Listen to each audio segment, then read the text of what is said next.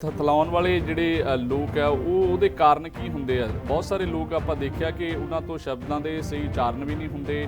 ਕਹਿੰਦੇ ਨੇ ਵੱਡੇ ਵੀ ਹੋਣ, ਕਿਸੇ ਵੀ ਉਮਰ ਤੇ ਹੋਣ, ਕਦੇ ਕਦੇ ਤਾਂ ਕਰ ਹੀ ਜਾਂਦੇ ਨੇ ਕਿਸੇ ਇੱਕੋ ਸ਼ਬਦ ਤੇ, ਜਿਵੇਂ ਜਾਂ ਪ ਜਾਂ ਤ ਫ ਇਸ ਤਰ੍ਹਾਂ ਦਾ ਕਿਸੇ ਦਾ ਅੜਨਾ, ਜਾਂ ਫਿਰ ਕਿਸੇ ਖਾਸ ਯਾਨੀ ਕਿਸੇ ਮੌਕੇ, ਕਿਸੇ ਭੀੜ ਦੇ ਵਿੱਚ ਘਬਰਾ ਕੇ ਇਸ ਤਰ੍ਹਾਂ ਬੋਲਣ ਲੱਗ ਜਾਣਾ।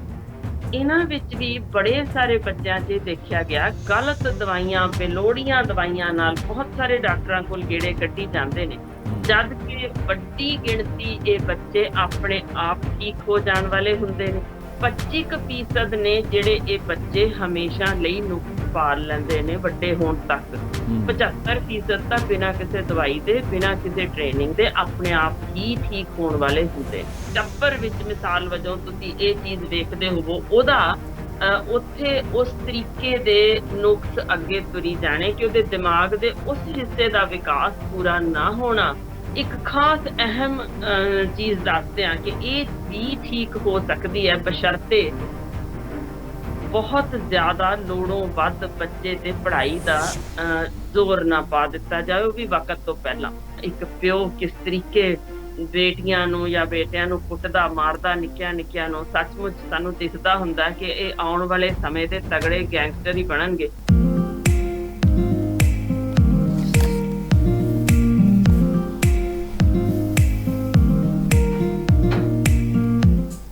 ਸਤਿ ਸ੍ਰੀ ਅਕਾਲ। ਸਾਂਝੀ ਗੱਲਬਾਤ ਦੇਖ ਰਹੇ ਸਾਰੇ ਹੀ ਦਰਸ਼ਕਾਂ ਦਾ ਸਵਾਗਤ ਤੇ ਮੈਂ ਹਾਂ ਜਤਿੰਦਰ ਸਿੰਘ। ਅੱਜ ਫਿਰ ਇੱਕ ਨਵੇਂ ਵਿਸ਼ੇ ਦੇ ਉੱਤੇ ਗੱਲਬਾਤ ਕਰਾਂਗੇ ਔਰ ਗੱਲਬਾਤ ਕਰਨ ਦੇ ਲਈ ਸਾਡੇ ਨਾਲ ਡਾਕਟਰ ਹਰਸ਼ਿੰਦਰ ਕੌਰ ਜੁੜਨਗੇ।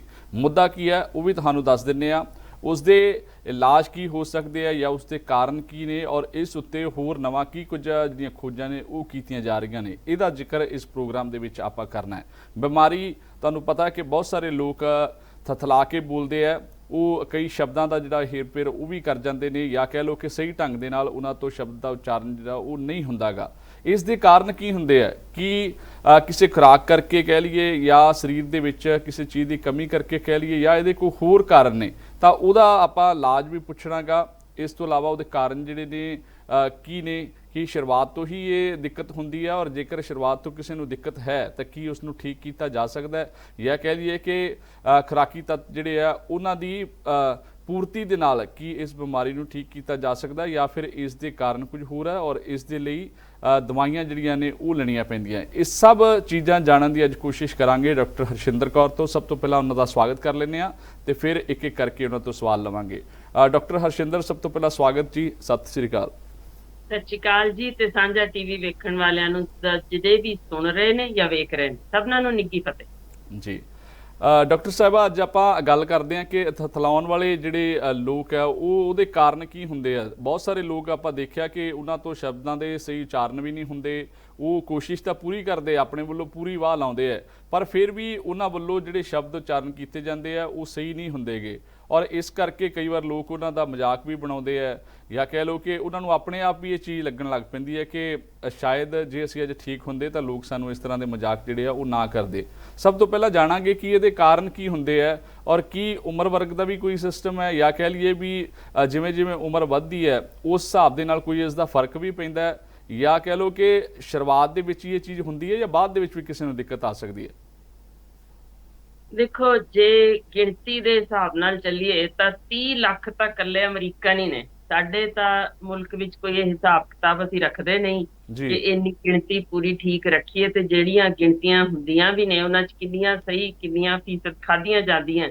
ਉਹ ਇੱਕ ਨਿੱਕੀ ਜਿਹੀ ਗੱਲ ਤੋਂ ਹੀ ਦੱਸ ਦਿੰਨੀ ਆ ਕਿ ਜਦੋਂ ਅਸੀਂ ਨੌਕਰੀ ਸ਼ੁਰੂ ਕੀਤੀ ਸੀ, ਪਿੰਡ ਦੇ ਵਿੱਚ ਲੱਗਦੀ ਸੀ ਡਿਊਟੀ, ਤੇ ਸਾਨੂੰ ਇਹ ਕਿਹਾ ਜਾਂਦਾ ਸੀ ਅੱਜ ਵੈਕਸੀਨੇਸ਼ਨ ਹੋਣੀ ਹੈ, ਤੇ ਵੈਕਸੀਨੇਸ਼ਨ ਦੀ ਰਿਪੋਰਟ ਉਦੋਂ ਸਾਈਕਲ ਤੇ ਜਾਂਦੇ ਸਨ, ਫੋਨ ਨਹੀਂ ਸਨ, ਸਾਈਕਲ ਤੇ ਲੈ ਕੇ ਜਾਂਦਾ ਸੀ ਸਾਡਾ ਜਿਹੜਾ ਦਰਜਾ 4 ਕਰਮਚਾਰੀ, ਤੇ ਉਹਨੂੰ ਇਹ ਕਿਹਾ ਹੁੰਦਾ ਸੀ ਵੀ ਸਿਵਲ ਸਰਜਨ ਦਫ਼ਤਰ ਵਿੱਚ ਹਰ ਹਾਲ 10 ਵਜੇ ਪਹੁੰਚ ਜਾਵੇ ਜੀ, ਤਾਂ ਕਿ ਅੱਗੋਂ ਰਿਪੋਰਟ ਵੇਲੇ ਸਿਰ ਭੇਜੀ ਜਾ ਸਕੇ। ਹੁਣ ਮੈਨੂੰ ਤੁਸੀਂ ਉਹੀ ਦੱਸ ਦਿਓ ਕਿ ਸਾਈਕਲ ਤੇ ਵਿਚਾਰੇ ਨੇ ਉਹ ਪਿੰਡੋਂ ਉੱਥੇ ਪਹੁੰਚਣ ਦਾ ਮਤਲਬ ਹੈ ਕਿ ਉਹ 9 ਵਜੇ ਤੁਰੇਗਾ ਤੇ 10 ਵਜੇ ਜਾ ਕੇ ਪਹੁੰਚੇਗਾ ਜੀ। ਹੁਣ ਉਹ ਟੀਕਾਕਰਨ ਜਿਹੜਾ 9 ਵਜੇ ਸ਼ੁਰੂ ਹੀ ਹੋਣਾ ਹੈ, ਲੋਕਾਂ ਨੇ ਕਈ ਵਾਰ 9:30 ਹੀ ਆਣਾ ਹੈ, ਤੇ 9 ਵਜੇ ਤਾਂ ਬੰਦਾ ਤੁਰ ਵੀ ਗਿਆ ਰਿਪੋਰਟ ਲੈ ਕੇ, ਜੀ ਕਿਹਨੂੰ ਸਮਝ ਨਹੀਂ ਆਉਂਦੀ ਕਿ ਸਭ ਫਰਜ਼ੀ ਰਿਪੋਰਟਾਂ ਸਨ, ਕਿਉਂਕਿ ਰਿਪੋਰਟਾਂ ਵਿਚਾਰਾ ਦਰਜਾਚਾਰ ਵੀ ਨੌਕਰੀ ਨੂੰ ਰੋਂਦਾ, ਉਹਨੇ ਇੱਕ ਦਿਨ ਪਹਿਲਾਂ ਕਹਿਣਾ ਬਣਾ ਕੇ ਦੇ ਦਿਓ ਜੀ ਅੰਦਾਜ਼ੇ ਨਾਲ ਕਿੰਨੇ ਹੋਣੇ ਨੇ, ਤੇ ਤਾਂ ਕਿ ਮੈਂ ਸਵੇਰੇ ਵਕਤ ਤੇ ਘਰੋਂ ਹੀ ਨਿਕਲ ਜਾਵਾਂ ਸਿੱਧਾ, ਇੱਧਰ ਆਉਣ ਦੀ ਵੀ ਲੋੜ ਨਹੀਂ ਕਿਉਂਕਿ 2 ਵਜੇ ਤੱਕ ਟੀਕਾਕਰਨ ਹੋਣਾ। ਸੋ ਬੜੀ ਵਾਰ ਟੀਕਾਕਰਨ ਵੱਧਦਾ ਵੀ ਹੁੰਦਾ, ਬੜੀ ਵਾਰ ਘਟਦਾ ਵੀ ਹੁੰਦਾ, ਪਰ ਰਿਪੋਰਟ ਕਿਉਂਕਿ ਇੱਕ ਦਿਨ ਪਹਿਲਾਂ ਤਿਆਰ ਕਰਕੇ ਜਾਣੀ ਹੈ, ਤੇ ਇਹ ਨਹੀਂ ਕਿ ਮੈਂ ਹੀ ਕਰ ਰਹੀ ਹਾਂ। ਦੁਨੀਆ ਖਿਮਾ ਕਰਿਓ, ਪੰਜਾਬ ਭਰ ਦੇ ਜਿੰਨੇ ਵੀ ਸਾਰੇ ਸਨ ਸਭਨੀ ਥਾਈਂ ਇੱਕੋ ਹੀ ਆਰਡਰ ਹੁੰਦਾ ਸੀ 10 ਵਜੇ ਤੱਕ ਪਹੁੰਚਾਓ। ਸੋ ਇਸ ਦੇ ਵਿੱਚ ਦੱਸੋ ਕੀ ਕਰੀਏ ਤੇ ਕੀ ਨਾ ਕਰੀਏ। ਕੌਣ ਨਹੀਂ ਸਮਝਦਾ ਕਿ ਕਿਸ ਤਰੀਕੇ ਦੀਆਂ ਫਰਜ਼ੀ ਰਿਪੋਰਟਾਂ ਇੱਥੇ ਬਣਦੀਆਂ ਨੇ। ਨਵਾਂ ਸਿਖਾਂਦਰੂ ਜਦੋਂ ਅਸੀਂ ਜੁਆਇਨ ਹੀ ਕੀਤੀ ਸੀ, ਸਾਨੂੰ ਸਾਡੇ ਸੀਨੀਅਰ ਇਹ ਦੱਸ ਰਹੇ ਸੀ ਕਿ ਭਾਈ ਇਸ ਤਰ੍ਹਾਂ ਰਿਪੋਰਟਾਂ ਤਿਆਰ ਹੁੰਦੀਆਂ ਜੇ, ਇਹਨਾਂ ਨੂੰ ਭੇਜੋ। ਆਪਣੀ ਬਹੁਤੀ ਜਿਹੜੀ ਤੁਸੀਂ ਸਿੱਖ ਕੇ ਆਏ ਹੋ ਨਾ ਕਿ ਇਸ ਤਰੀਕੇ ਕੰਮ ਕਰਨਾ, ਸਹੀ ਢੰਗ ਨਾਲ ਕਰਨਾ, ਉਸ ਤਰ੍ਹਾਂ ਤੁਸੀਂ ਸਰਕਾਰੀ ਨੌਕਰੀ 'ਚ ਨਹੀਂ ਕਰ ਸਕਦੇ। ਸੋ ਇਹ ਸਿੱਖਿਆ ਅੱਗੇ ਤੋਂ ਅੱਗੇ ਜਾਂਦੀ ਜੇ। ਉਹੀ ਰਿਪੋਰਟਾਂ ਮੈਂ ਤਾਂ ਹੁਣ ਤੱਕ ਵੀ ਦੇਖਦੀ ਹਾਂ ਕਿ ਇੰਜੀ ਲਿਖੀ ਭੇਜੀ ਦੀਆਂ ਕੁਛ ਹੋਰ ਨੇ, ਉੱਤੋਂ ਨਿਕਲਦੀਆਂ ਕੁਛ ਹੋਰ ਨੇ, ਜਾਂਦੀਆਂ ਕਿਤੇ ਕੁਛ ਹੋਰ ਨੇ, ਤੇ ਜਦੋਂ ਖਬਰਾਂ ਪੜ੍ਹੀ ਦੀਆਂ ਬਿਲਕੁਲ ਹੀ ਕੁਛ ਹੋਰ ਹੋ ਜਾਂਦੀਆਂ। ਰੱਬ ਵੀ ਜਾਣੇ ਕਿਹੜੀ ਪੱਧਰ ਤੇ ਕਿਵੇਂ ਇਹ ਰਿਪੋਰਟਾਂ ਵਿਗੜਦੀਆਂ ਨੇ। ਸੋ ਇਸੇ ਕਰਕੇ 30 ਲੱਖ ਅਮਰੀਕਨਾਂ ਤੋਂ ਅੱਗੇ ਮੇਰਾ ਖਿਆਲ ਹੈ ਅਸੀਂ ਆਪੇ ਹੀ ਹਿਸਾਬ ਲਾ ਦਈਏ ਵੀ ਦੁਨੀਆ ਭਰ ਵਿੱਚ ਕਿੰਨੇ ਹੋਣਗੇ ਜਿਹੜੇ ਸਤਲਾ ਕੇ ਜਾਂ ਅੜ ਕੇ ਬੋਲਦੇ ਨੇ। ਜੀ ਸਹੀ ਗੱਲ ਹੈ, ਇਹ ਗੱਲ ਬਿਲਕੁਲ ਜੀ, ਇਹ ਗੱਲ ਤੁਹਾਡੀ ਠੀਕ ਹੈ, ਕਿਉਂਕਿ ਕੋਵਿਡ ਦੇ ਵਿੱਚ ਵੀ ਆਪਾਂ ਬਹੁਤ ਵਾਰ ਇਹ ਵੇਖਿਆ ਕਿ ਰਿਪੋਰਟ ਲੈਣ ਦੇ ਲਈ ਉੱਥੇ ਜਿਨ੍ਹਾਂ ਦੀ ਡਿਊਟੀਆਂ ਲੱਗੀਆਂ ਉਹ ਆਉਂਦੇ ਤਾਂ ਸੀਗੇ, ਪਰ ਉੱਥੇ ਉਹਨਾਂ ਨੂੰ ਕੁਝ ਹੋਰ ਹੀ, ਉਹ ਕਹਿੰਦੇ ਸਿਰਫ ਸਾਨੂੰ ਆਧਾਰ ਕਾਰਡ ਦੇ ਦਿਓ ਔਰ ਇਨਫੋਰਮੇਸ਼ਨ ਦੇ ਦਿਓ ਕਿ ਤੁਹਾਡੇ ਪਰਿਵਾਰ ਦੇ ਕਿੰਨੇ ਜੀ ਆ, ਅਸੀਂ ਆਪਣੇ ਹਿਸਾਬ ਦੇ ਨਾਲ ਰਿਪੋਰਟ ਬਣਾ ਕੇ ਭੇਜ ਦਾਂਗੇ। ਜੀ 2 ਤੋਂ 6 ਸਾਲ ਦੇ ਬੱਚੇ ਤਾਂ ਇਹ ਗਿਣਿਆ ਜਾਂਦਾ ਵੀ ਕਦੇ ਨਾ ਕਦੇ ਸਾਰੇ ਹੀ, ਹੋ ਸਕਦਾ ਵਿੱਚ ਅੱਧਾ ਫੀਸਦ ਕੋਈ ਨਾ ਵੀ ਕਰਦੇ ਹੋਣ, ਪਰ ਉਹ ਸਾਰੇ ਹੀ ਕਦੇ ਨਾ ਕਦੇ ਤਾਂ ਅੜ ਕੇ ਬੋਲਦੇ ਹੀ ਨੇ ਕਿਸੇ ਨਾ ਕਿਸੇ ਸ਼ਬਦ। ਜੀ ਇਹ ਵੀ ਕਿਹਾ ਜਾਂਦਾ ਜੇ ਕਿ 5 ਤੋਂ 10% ਨੇ ਜਿਹੜੇ ਕੁਝ ਸਾਲਾਂ ਤੱਕ ਅੜ ਕੇ ਬੋਲਦੇ ਰਹਿੰਦੇ ਨੇ। ਪਰ ਮਜ਼ੇਦਾਰ ਗੱਲ ਇਹ ਹੈ, ਕਹਿੰਦੇ ਨੇ ਵੱਡੇ ਵੀ ਹੋਣ ਕਿਸੇ ਵੀ ਉਮਰ ਤੇ ਹੋਣ, ਕਦੇ ਕਦੇ ਤਾਂ ਕਰ ਹੀ ਜਾਂਦੇ ਨੇ। ਦੇਖੋ ਬੜੇ ਨਾਮ ਪਰ ਪ੍ਰਧਾਨ ਮੰਤਰੀ ਤੱਕ ਵੀ ਅਸੀਂ ਦੇਖਿਆ ਵੀ ਕਈ ਵਾਰ ਕੋਈ ਸ਼ਬਦ ਨਾ ਔੜੇ ਤਾਂ ਉਹ ਕੁਛ ਹੋਰ ਲਫ਼ਜ਼ ਬੋਲ ਕੇ ਉਹ ਥਾਂ ਨੂੰ ਕਵਰ ਅਪ ਕਰ ਜਾਂਦੇ ਨੇ। ਆਪ ਵੀ ਮੈਂ ਦੇਖਾਂ ਤਾਂ ਕਈ ਵਾਰ ਪੜ੍ਹਾਉਂਦਿਆਂ ਬੱਚਿਆਂ ਨੂੰ ਜਦੋਂ ਕਲਾਸ ਲਈਦੀ ਹੈ, ਕਿਸੇ ਸ਼ਬਦ ਤੇ ਕਦੇ ਇੱਕਦਮ ਕੋਈ ਔੜਦਾ ਹੀ ਨਹੀਂ ਸ਼ਬਦ, ਤੇ ਉੱਥੇ ਵੀ 1 ਸਕਿੰਟ ਲਈ ਕਰ ਹੀ ਦਈਦਾ। ਇੰਝ ਮੈਨੂੰ ਲੱਗਦਾ ਤੁਹਾਨੂੰ ਵੀ ਕਦੇ ਨਾ ਕਦੇ ਤਾਂ ਜ਼ਰੂਰ ਹੁੰਦਾ, ਸੱਚਾਈ ਹੈ ਬਿਲਕੁਲ। ਪਰ ਉਸ ਨੂੰ ਬਿਮਾਰੀ ਨਹੀਂ ਅਸੀਂ ਗਿਣਦੇ, ਕਿਉਂਕਿ ਉਹ ਹੁੰਦਾ ਜੇ ਇੱਕ ਉਹ ਸਮਾਂ ਕੁਝ ਸਕਿੰਟ ਟਪਾਉਣ ਲਈ ਜਿੱਥੇ ਤੁਸੀਂ ਅਜੇ ਦਿਮਾਗ ਨਾਲ ਤੁਸੀਂ ਤਾਲਮੇਲ ਬਿਠਾ ਰਹੀ ਹੁੰਦੀ ਹੈ ਤੁਹਾਡੀ ਜੀਭ ਕੇ ਕੀ ਸ਼ਬਦ ਬੋਲਣਾ ਹੈ, ਢੁਕਵਾਂ ਸ਼ਬਦ ਕੀ ਹੋਵੇ। ਪਰ ਕਿਸੇ ਇੱਕੋ ਸ਼ਬਦ ਤੇ ਜਿਵੇਂ ਜਾਂ ਪ ਜਾਂ ਤ ਫ ਇਸ ਤਰ੍ਹਾਂ ਦਾ ਕਿਸੇ ਦਾ ਅੜਨਾ, ਜਾਂ ਫਿਰ ਕਿਸੇ ਖਾਸ ਯਾਨੀ ਕਿਸੇ ਮੌਕੇ ਕਿਸੇ ਭੀੜ ਦੇ ਵਿੱਚ ਘਬਰਾ ਕੇ ਇਸ ਤਰ੍ਹਾਂ ਬੋਲਣ ਲੱਗ ਜਾਣਾ, ਇਹਨਾਂ ਵਿੱਚ ਵੀ ਬੜੇ ਸਾਰੇ ਬੱਚਿਆਂ 'ਚ ਦੇਖਿਆ ਗਿਆ ਕਿ ਇਹ ਜਦੋਂ ਗੀਤ ਗਾਉਂਦੇ ਨੇ, ਗੁਣਗੁਣਾਉਂਦੇ ਨੇ, ਉਦੋਂ ਅੜਦੇ ਨੇ। ਸੋ ਇਹਦਾ ਮਤਲਬ ਇਹ ਬਹੁਤ ਸਾਰੀਆਂ ਚੀਜ਼ਾਂ ਨੇ ਦੇਖਣ ਵਾਲੀਆਂ ਕਿ ਕੀ ਕਾਰਨ ਹੋ ਸਕਦੇ ਨੇ ਇਹਨਾਂ ਵਿੱਚ ਵੀ, ਕਿਉਂਕਿ ਬਹੁਤ ਵੱਡੀ ਗਿਣਤੀ, ਮੈਨੂੰ ਇਸ ਕਰਕੇ ਅੱਜ ਇਹ ਪ੍ਰੋਗਰਾਮ ਕਰਨਾ ਪਿਆ ਕਿ ਅਸੀਂ ਦੇਖਿਆ ਬਹੁਤ ਸਾਰੇ ਬੱਚੇ ਦੇਸੀ ਨੁਸਖਿਆਂ ਜਾਂ ਗਲਤ ਦਵਾਈਆਂ, ਬੇਲੋੜੀਆਂ ਦਵਾਈਆਂ ਨਾਲ ਬਹੁਤ ਸਾਰੇ ਡਾਕਟਰਾਂ ਕੋਲ ਗੇੜੇ ਕੱਢੀ ਜਾਂਦੇ ਨੇ, ਜਦ ਕਿ ਵੱਡੀ ਗਿਣਤੀ ਇਹ ਬੱਚੇ ਆਪਣੇ ਆਪ ਠੀਕ ਹੋ ਜਾਣ ਵਾਲੇ ਹੁੰਦੇ ਨੇ। ਇਹਨਾਂ ਨੂੰ ਦਵਾਈਆਂ ਦੀ ਲੋੜ ਨਹੀਂ ਹੁੰਦੀ, ਸਗੋਂ ਜਦੋਂ ਝਿੜਕਦੇ ਨੇ ਮਾਪੇ ਜਾਂ ਟੋਕਦੇ ਨੇ ਦੋਸਤ ਮਿੱਤਰ, ਉਹ ਸਗੋਂ ਇਹਨਾਂ ਦੀ ਇਹ ਬਿਮਾਰੀ ਵਧਾ ਦਿੰਦੇ ਨੇ। ਤਣਾਅ ਦੇ ਨਾਲ ਜਿਹੜੇ ਗਲੇ ਦੇ ਪੱਠੇ, ਜਦੋਂ ਇਹ ਸਾਰੇ ਬੋਲਣ ਦਾ ਜਿਹੜਾ ਤੁਹਾਡਾ ਹੈਗਾ ਅੰਗ, ਉਹਦੇ ਨਾਲ ਜੋ ਸਾਰੀ ਤਾਲਮੇਲ ਬੈਠਦੀ ਹੈ ਤੁਹਾਡੀ ਜੀਭ ਦੀ, ਤਾਲੂਆ ਦੀ, ਸਾਰਾ ਕੁਛ ਉਹ ਆਪੋ ਵਿੱਚ ਤਾਲਮੇਲ 'ਚ ਗੜਬੜੀ ਹੋ ਜਾਂਦੀ ਹੈ ਉਸ ਤਣਾਅ ਵਿੱਚ ਕਿ ਮੈਨੂੰ ਇਹਨੇ ਛੇੜਿਆ। ਸੋ ਉਹ ਘਬਰਾਹਟ ਨਾਲ ਹੀ ਬੰਦਾ ਜਾਂ ਬੱਚਾ ਉਸ ਸਮੇਂ ਅੜਨ ਲੱਗ ਜਾਂਦਾ ਜੇ ਕਿ ਜਦੋਂ ਭੀੜ ਵਿੱਚ ਖੜਾ ਇਕੱਲਾ ਬੈਠਾ ਉਹ ਆਪਣਾ ਬਹੁਤ ਸੋਹਣਾ ਬੋਲਦਾ ਹੈ, ਗਾ ਵੀ ਲਏਗਾ, ਪਰ ਇਸ ਤਰ੍ਹਾਂ ਦੀ ਭੀੜ ਵਿੱਚ ਉਹ ਅੜ ਕੇ ਬੋਲ ਲੈਂਦਾ। ਸੋ ਉਹ ਇਹਨਾਂ ਦੇ ਇਸ ਸਗੋਂ ਜ਼ਿਆਦਾ ਇਹ ਜਿਹੜਾ ਬਾਹਰੀ ਪ੍ਰੈਸ਼ਰ ਹੈ ਨਾ, ਉਹਦੇ ਸਦਕਾ 25% ਨੇ ਜਿਹੜੇ ਇਹ ਬੱਚੇ ਹਮੇਸ਼ਾ ਲਈ ਨੁਕਸ ਪਾਲ ਲੈਂਦੇ ਨੇ ਵੱਡੇ ਹੋਣ ਤੱਕ। ਹੂੰ 75% ਤਾਂ ਬਿਨਾਂ ਕਿਸੇ ਦਵਾਈ ਦੇ, ਬਿਨਾਂ ਕਿਸੇ ਟ੍ਰੇਨਿੰਗ ਦੇ ਆਪਣੇ ਆਪ ਹੀ ਠੀਕ ਹੋਣ ਵਾਲੇ ਹੁੰਦੇ ਨੇ। ਜੀ ਸੋ ਨੁਕਸ ਤੁਸੀਂ ਇੱਕ ਜਿਹੜਾ ਪੁੱਛਿਆ ਸੀ ਕਿ ਕਿਹੜੇ ਤਰ੍ਹਾਂ ਦੇ ਹੁੰਦੇ ਨੇ, ਦੋ ਕਿਸਮਾਂ ਦੇ ਨੁਕਸ ਜਿਨ੍ਹਾਂ ਸਦਕਾ ਇਹ ਜਿੰਨੀ ਕੁ ਮੈਂ ਸੌਖੀ ਡਾਕਟਰੀ ਜ਼ਬਾਨ ਤੋਂ ਕਰ ਸਕਦੀ ਹਾਂ ਆਮ ਭਾਸ਼ਾ ਵਿੱਚ, ਹੂੰ ਉਹਦੇ 'ਚ ਹੀ ਦੱਸਦੀ ਹਾਂ ਕਿ ਦੋ ਕਿਸਮਾਂ ਦੇ ਹੁੰਦੇ ਨੇ, ਜਿਨ੍ਹਾਂ ਦੇ ਵਿੱਚ ਇੱਕ ਕਿਸਮ ਹੁੰਦੀ ਜੇ ਜਿਹਦੇ ਵਿੱਚ ਵਧਣ ਫੁੱਲਣ ਵੇਲੇ ਦੇ ਪਏ ਨੁਕਸ ਹੁੰਦੇ ਜੇ ਬੱਚੇ ਵਿੱਚ, ਜਦੋਂ ਯਾਨੀ ਵੱਧ ਫੁੱਲ ਰਿਹਾ ਉਸ ਸਮੇਂ ਦੇ ਨੁਕਸ ਉਹਦੇ 'ਚ ਪੈ ਜਾਣੇ, ਜਾਂ ਫਿਰ ਦੂਜਾ ਹੁੰਦਾ ਜੇ ਦਿਮਾਗੀ ਸੁਨੇਹਿਆਂ ਦੇ ਵਿੱਚ ਨੁਕਸ ਪੈ ਜਾਣਾ। ਅੱਛਾ ਸੋ ਹੁਣ ਇਹ ਵਧਣ ਫੁੱਲਣ ਦੇ ਜਿਹੜੇ ਨੁਕਸ ਹੁੰਦੇ ਨੇ ਜ਼ਿਆਦਾਤਰ ਜੀਨ ਆਧਾਰਿਤ ਹੁੰਦੇ ਨੇ, ਯਾਨੀ ਜੈਨੇਟਿਕ ਬੇਸਿਸ ਹੈ ਕਿ ਜਿਸ ਟੱਬਰ ਵਿੱਚ ਮਿਸਾਲ ਵਜੋਂ ਤੁਸੀਂ ਇਹ ਚੀਜ਼ ਵੇਖਦੇ ਹੋਵੋ ਉਹਦਾ ਉੱਥੇ ਉਸ ਤਰੀਕੇ ਦੇ ਨੁਕਸ ਅੱਗੇ ਤੁਰੀ ਜਾਣੇ ਕਿ ਉਹਦੇ ਦਿਮਾਗ ਦੇ ਉਸ ਹਿੱਸੇ ਦਾ ਵਿਕਾਸ ਪੂਰਾ ਨਾ ਹੋਣਾ ਜੀ ਜਿਸ ਨੇ ਇਹ ਸੁਨੇਹਾ ਦੇਣਾ ਹੈ ਕਿ ਭਾਈ ਤੁਸੀਂ ਇਸ ਤਰੀਕੇ, ਇਸ ਤਰ੍ਹਾਂ ਇਹ ਸ਼ਬਦ ਇੱਥੇ ਇੰਝ ਬੋਲਣਾ, ਇੰਨੀ ਤੇਜ਼ੀ ਨਾਲ ਬੋਲਣਾ, ਇੰਨਾ ਅੜ ਕੇ ਬੋਲਣਾ, ਯਾਨੀ ਇਹ ਕਿਸਮ ਦੀਆਂ ਨਿੱਕੀਆਂ ਨਿੱਕੀਆਂ ਬਰੀਕੀਆਂ ਉਸ ਦੇ ਵਿੱਚ ਇਹ ਤੁਰਦੀਆਂ ਰਹਿੰਦੀਆਂ। ਹੁਣ ਇਹਦੇ ਵਿੱਚ ਇੱਕ ਖਾਸ ਅਹਿਮ ਚੀਜ਼ ਦੱਸਦੇ ਹਾਂ ਕਿ ਇਹ ਵੀ ਠੀਕ ਹੋ ਸਕਦੀ ਹੈ ਬਸ਼ਰਤੇ ਬਹੁਤ ਜ਼ਿਆਦਾ ਲੋੜੋਂ ਵੱਧ ਬੱਚੇ ਤੇ ਪੜ੍ਹਾਈ ਦਾ ਜ਼ੋਰ ਨਾ ਪਾ ਦਿੱਤਾ ਜਾਵੇ, ਉਹ ਵੀ ਵਕਤ ਤੋਂ ਪਹਿਲਾਂ। ਧਿਆਨ ਕਰੀਏ ਕਿ ਸਾਡੇ ਆਪਣੇ ਹੀ ਮੁਲਕ ਵਿੱਚ ਝਾਤ ਮਾਰੀਏ, ਭਾਵੇਂ ਪੰਜਾਬ 'ਚ ਵੀ, ਅਸੀਂ ਤਾਂ ਬੱਚੇ ਨੂੰ 2 ਵਰ੍ਹੇ ਦਾ ਵੀ ਪੂਰਾ ਨਹੀਂ ਹੋਣ ਦਿੰਦੇ ਤੇ 1.5 ਸਾਲ ਤੇ ਹੀ ਤੈਨੂੰ ਬਸ ਫੜਨੀ ਆ ਗਈ ਪੈਨਸਲ, ਚੱਲ ਲਿਖਣਾ ਸ਼ੁਰੂ ਕਰ, ਏ ਲਿਖ, ਬੀ ਲਿਖ, ਸੀ, ਉੜਾੜਾ ਨਹੀਂ ਸਿਖਾਉਂਦੇ ਅਸੀਂ, ABC ਹੀ ਸਿਖਾਉਂਦੇ ਆ ਵੀ ਆਪਣੀ ਜ਼ਬਾਨ ਨੂੰ ਮਿੱਧ ਲੈ, ਖਤਮ ਕਰ ਲੈ, ਪਛਾਣ ਖਤਮ ਕਰ।